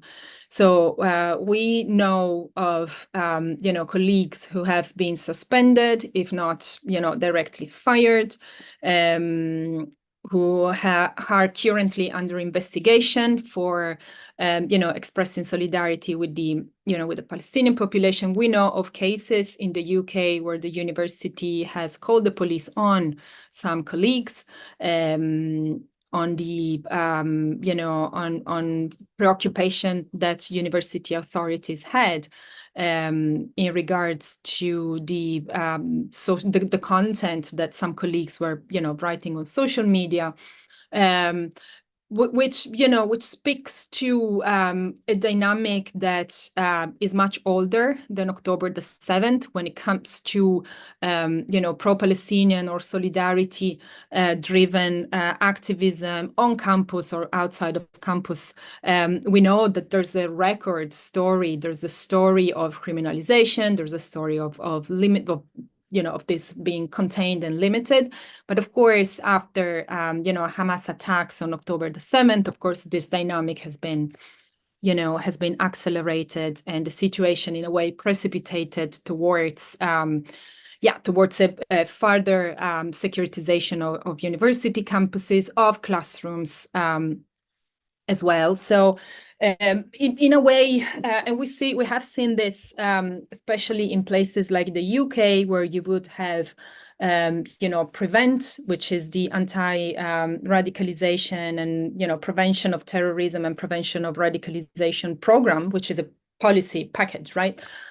Being implemented directly on campuses as well. I mean, colleagues in the UK have been mobilizing against PREVENT for a while now, especially because PREVENT asks that colleagues report students who have according to some criteria suspicious behaviors, or do suspicious readings, for instance. So there is a story of, especially UK campuses being, securitized in that sense, and colleagues mobilizing against that. But we are seeing, the same process also going on in other environments in different ways. Of course, these are not necessarily new ways. There's always, security or securitizing practices always have a story. Of course, they do not come out of the blue, But if you think of, one famous example of the kind of freedom that police forces enjoy today has been the attack on on the campus of the University of Turin in northern Italy just last month, where a colleague was also beaten up by the police forces. So I was also, I also mentioned, so there's not only this dynamic of police forces intervening directly, but there's also a dynamic of, restriction of the freedom to speak and the freedom to actually entertain debates and entertain discussions. So I'm speaking to you from Ireland, from Dublin, Ireland. This is probably, Europe. I mean, at the level, Europe-wise is probably the one of the safest place. But my colleagues in Germany, my colleagues in Switzerland do not feel they have the same freedom, do not feel as safe as I feel in, for instance, canceling classes and having debates with students, okay, about what's going on in Gaza. So hence the investigations, hence the suspensions of many colleagues. As Committee for Academic Freedom of the Italian Society of Middle Eastern Studies, we are, for instance, closely working with some colleagues in Switzerland who have been suspended and fired. The UK is another place where the British Society for Middle Eastern Studies and the Committee for Academic Freedom of the British Society for Middle Eastern Studies has been, doing a lot of work. North America is the same. If you click on, if you double check out the links, I've been actually Silvia. Thank you very much, Silvia, for doing that. Has been sharing with you. You have the links to all these different committees for academic freedom, and you can see the work they have been doing, which is really substantial. So my last point, talking about restrictions of freedom of speech, restrictions of the ability of entertaining and having actually discussions, and the restriction on a function that university have been praising themselves with, historically speaking. So, and that's the fact of being, venues for forming and shaping opinions based on facts, information in a rather free and safe environment. So speaking about limitation to all this, it's impossible not to mention the IHRA definition of anti-Semitism. I think it's important to mention, you probably, all of you might be familiar with it, but I think in Italy there's a lot of disinformation about this. So the operational definition of anti-Semitism that the International Holocaust Remembrance Alliance has come up with in 2016 is a definition of anti-Semitism, which includes different examples of how racism against Jewish and Semitic people is manifests. Some of these examples are problematic from our point of view, because they do equate criticism of the policies of the State of Israel with anti-Semitism. So this is the core problem with IHRA, which has been adopted in a number of places in Europe. So 75% of universities have adopted the IHRA definition in the UK. So one of the links Silvia has kindly shared with you is a link to an event we as BRISMAS, so as British Society for Middle Eastern Studies, organized with the ELSC, which is the European Legal Support Center, a center, an organization of lawyers based in Amsterdam, whose job is basically providing legal assistance to those who kind of get in trouble, whose work is being criminalized for being pro-Palestinian. So the LSE and the LSC and BRISMAS have issued a report on how the definition of the IHRA and the adoption of it by the university has had a very negative direct impact on academic freedom of colleagues. When it comes to Italy, the adoption is different. So the pattern of adoption is different. The only university that adopted the IHRA definition is the University of Pisa. But so no other university has directly adopted it, but the IHRA has been adopted by the Council of Ministers, and the CRUI, the Conference of Italian University Presidents, has suggested its adoption to single universities.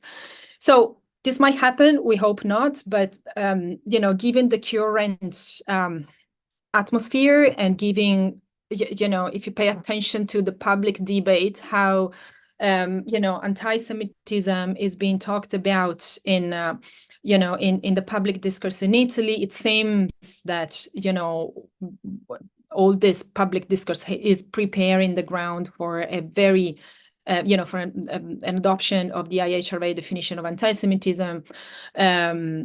But even though we do only have one university that directly adopted it, the IHRA definition of anti-Semitism, because of its adoption by the Council of Ministers, Consiglio dei Ministri, it informs all, for instance, police textbooks. So the textbooks that police forces utilizes, when you go to the police school for, academy for studying. So it directly has a bearing on and an influence on how certain activities are being criminalized.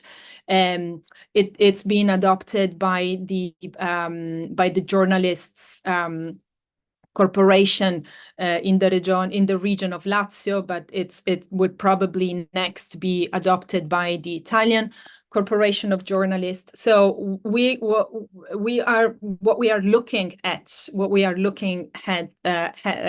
in the future, what is waiting us, for us, ahead of us, is an era where we would probably witness further restriction and further limitation. So it's of utmost importance that we start strategizing for not only for self-defense, but also for imagining and kind of refining our political imagination to come up with good counter arguments and being able to defend our, the political space that we have for also doing our job, because it might really goes down to also criminalization of our own research activities. So to conclude, please do connect with us if you are having problems, if you're experiencing, limitation of your academic freedom. We would be, delighted to hear from you, not because we are delighted, about you needing us, but we are also trying to map out what's happening. So I'm gonna stop here and I'm gonna handle it back to Silvia. Thank you. Thank you, Paola, for sharing with us your experience and also all the important resources we put in the chat. Now to conclude, we are running a bit late. We are 10 minutes ahead of the schedule, but I would invite you to stay 5 to 10 minutes longer, because we prepared a couple of questions that would be launched as poll, and to try to involve you in this discussion and try to make it a bit active. And I will launch them while commenting them along with Paola, making her some questions. So we created those questions starting from an article by Steve Salaita, an American scholar, writer, and public speaker that faced some controversy over his criticism of Israel since its bombardment of Gaza in 2014. We will share in the chat the article that inspired us with those questions. So I'm launching the first. question, and I invite you to answer. So the first question is, do you believe that Western academics in Europe and North America can effectively contribute to addressing the situation in Gaza? And well, I'm also asking this to Paola, also because sometimes we might feel helpless in assisting those atrocities, but how much power do we think that those institutions have in intervening and also modifying the ongoing situation? Thanks, Silvia. The feeling of powerlessness is something that is very hard to escape these days. I think it's very important to make space for this in the classroom as well. So if you're involved in teaching activities, even, you know, as part-time lecturers, or you just have seminars to teach the students, I would suggest that you know, that you actively include this as part of your, you know, of your classroom activity. So the first question, I think, also speaks to the question that Mohammed is asking in the Q&A. So it's you know, we all feel powerless, but I do not I mean, we have some personal, everyone has some personal, you know, strategies. Personally, I think I would, you know, I think that my depression would, you know, significantly worsen if I you know, if I weren't involved in, you know, even in, you know, supporting colleagues on a very personal level. What we do as committees for academic freedom is, for instance, you know, writing letters in support of South Africa. In these days, South Africa proposals to, you know, to the ICJ, or, you know, writing to relevant authorities and asking them to take action or not take action on, you know, specific cases. I do think that there's force there. There might not be force in the sense of, you know, our action directly resulting into a change of policy at the national or international level. Of course, that doesn't happen. But at the same time, you know, Noura Rakat very clearly states it in her book, Justice for Some, that between, you know, this kind of binary positions, where on the one side we have those who believe that the international law and, you know, international organization will solve everything on one side, and on the other side, those who are totally hopeless about the ability of international organization to address, you know, injustice and fix it. There's another option, which is the one that Noura is actually, you know, supporting and arguing for, which is international law and intergovernmental organization are effective if there's a movement. If there's grassroots mobilization, you know, supporting them. It might think of how long it took to even to, you know, I mean, huge international campaigns to end the apartheid regime in South Africa. So of course, these are, you know, these are long term. In the meantime, of course, there are, you know, in the meantime, it's painful because, you know, we are looking and having access to, you know, to the reality of what's going on in Gaza through social media. And of course, we would like to be able to act in the moment, at the moment, you know, to kind of help. I can share, I think we can do something very practical, like do apply, if you can, do apply for the Erasmus Plus International Mobility Scheme. It's a very simple scheme. You can invite colleagues, you can invite students to your university. It's an extremely simple, you know, and yeah, simple application that you can do. So that's a way, you know, very practical way to help people. But I would say do not stop mobilizing. All right, thank you. I will stop this first poll and I will share the result. And well, apart from this sense of hopelessness, as you said, there's still like some belief that we could do something. At least this long-term view is very effective, and in the meantime, also given the urgency of the matter and the fast pace at which these atrocities are going on, at least we can try to show our support to Palestinian people and with events like these and with activism. Well, The second, and okay, I will stop sharing these. We have two more questions. The first refers a bit to what you mentioned before, and is, should Western academic institutions boycott Israeli university and divest from Zionist entities to oppose the situation in Gaza? And so you mentioned before the boycott, divestment, and sanction strategies. And could you summarize a bit in a nutshell, like giving some insight of what it is about and what its potential, but also what its threats are? Course. So yeah, so I already gave a couple of information there about the BDS. You probably have seen news. It's yesterday's news. So Pope Francesco, rejected this big donation by the Leonardo Foundation, which is the semi-private, semi-public, actually, Italian foundation that trades in, war technology, basically. So the Vatican, said that they are not taking, Leonardo's money and that donation was aimed at one of the hospitals in Rome. So BDS doesn't work in a very different way, in the sense that it is, it is predicated on the ethical position of saying no, basically, of taking, having the freedom and the right to say no.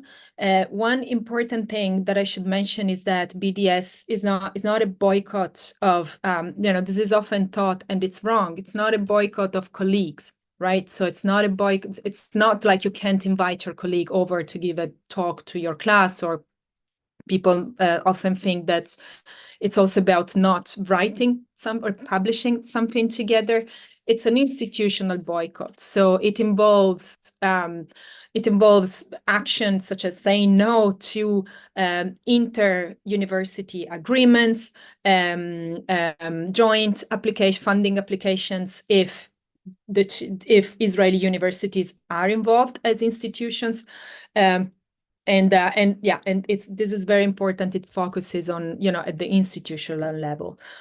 So this is why I was, talking about Nick Reamer's book earlier, because it's, it is a book about BDS. It is a book about how can we theorize about academic freedom from the point of view of something that really feels like it is against academic freedom, because you're saying no to collaboration.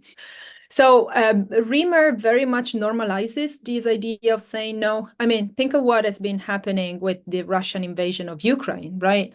So we have seen this very, all universities very quickly reverting their policies to boycotting not only institutionally Russian institutions, but this also mounted to personal, individual boycotts a lot of times.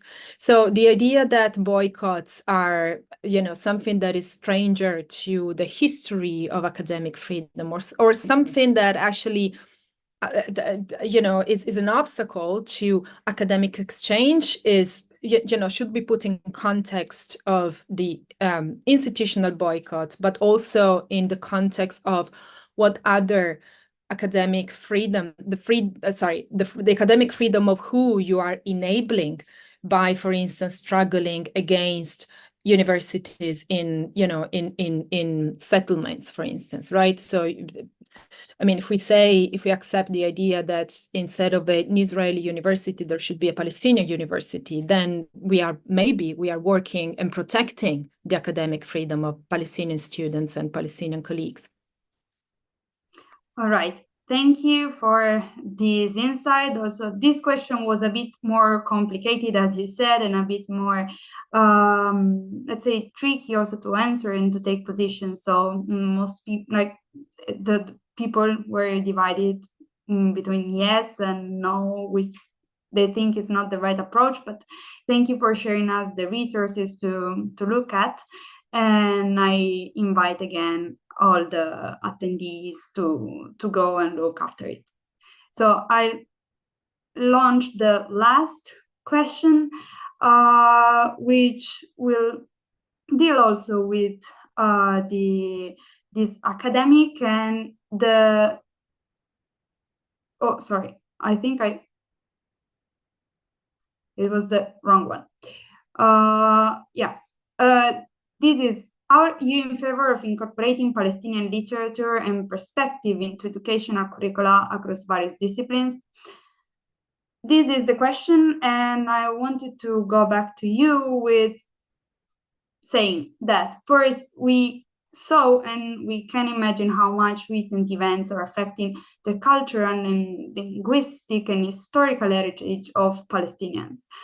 And I will go back to one question that was asked at the very beginning of this event in the Q&A section, is that how can we as students behave and play our roles to protect people of Palestine and stop genocide in Gaza? So what's our power as students? And is this incorporation of Palestinian literature and perspective one thing that we can do to address this issue? Yeah, I think so. I think I think there's a lot of benefits to incorporate Palestinian literature and perspectives, not only as an ethical, as an ethical point of making a point about the centrality of Palestinian voices, but I think also because it does a lot of good work in deconstructing this idea that, the Middle East is somewhere there, non-affected or fundamentally stranger to world history, which is not the case. I think that, as students, you could ask for more, of Palestinian theory, political theory, Palestinian political thought, Palestinian literature, perspective, and so forth and so on, to be brought to you by your lecturers. Sometimes, sometimes we are so busy with so many.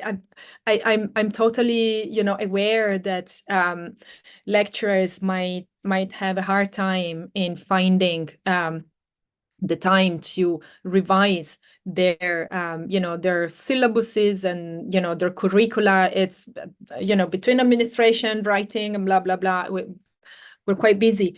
But students can be a good stimulus in this sense of asking. So do ask us, what you would like to see in the classroom.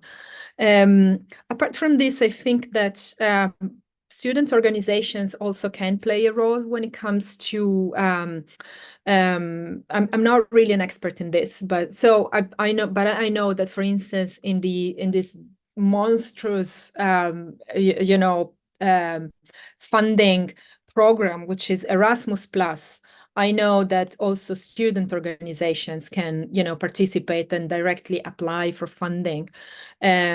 So this is, for instance, something that that could be done in terms of having exchanges. And I should also say that when I'm talking about having exchanges or inviting Palestinian students, colleagues over, and so forth and so on, of course, I'm talking about the West Bank. There are no universities left in Gaza. In the past months, we all have lost a lot of colleagues, who have died under the bombs with their extended families. For the moment, it's just not doable. Hopefully, someone before was talking about reconstruction. Hopefully, Gazans universities would be reconstructed, but for the West Bank is currently an increasingly dangerous place. So we also might want to think about our colleagues in the West Bank.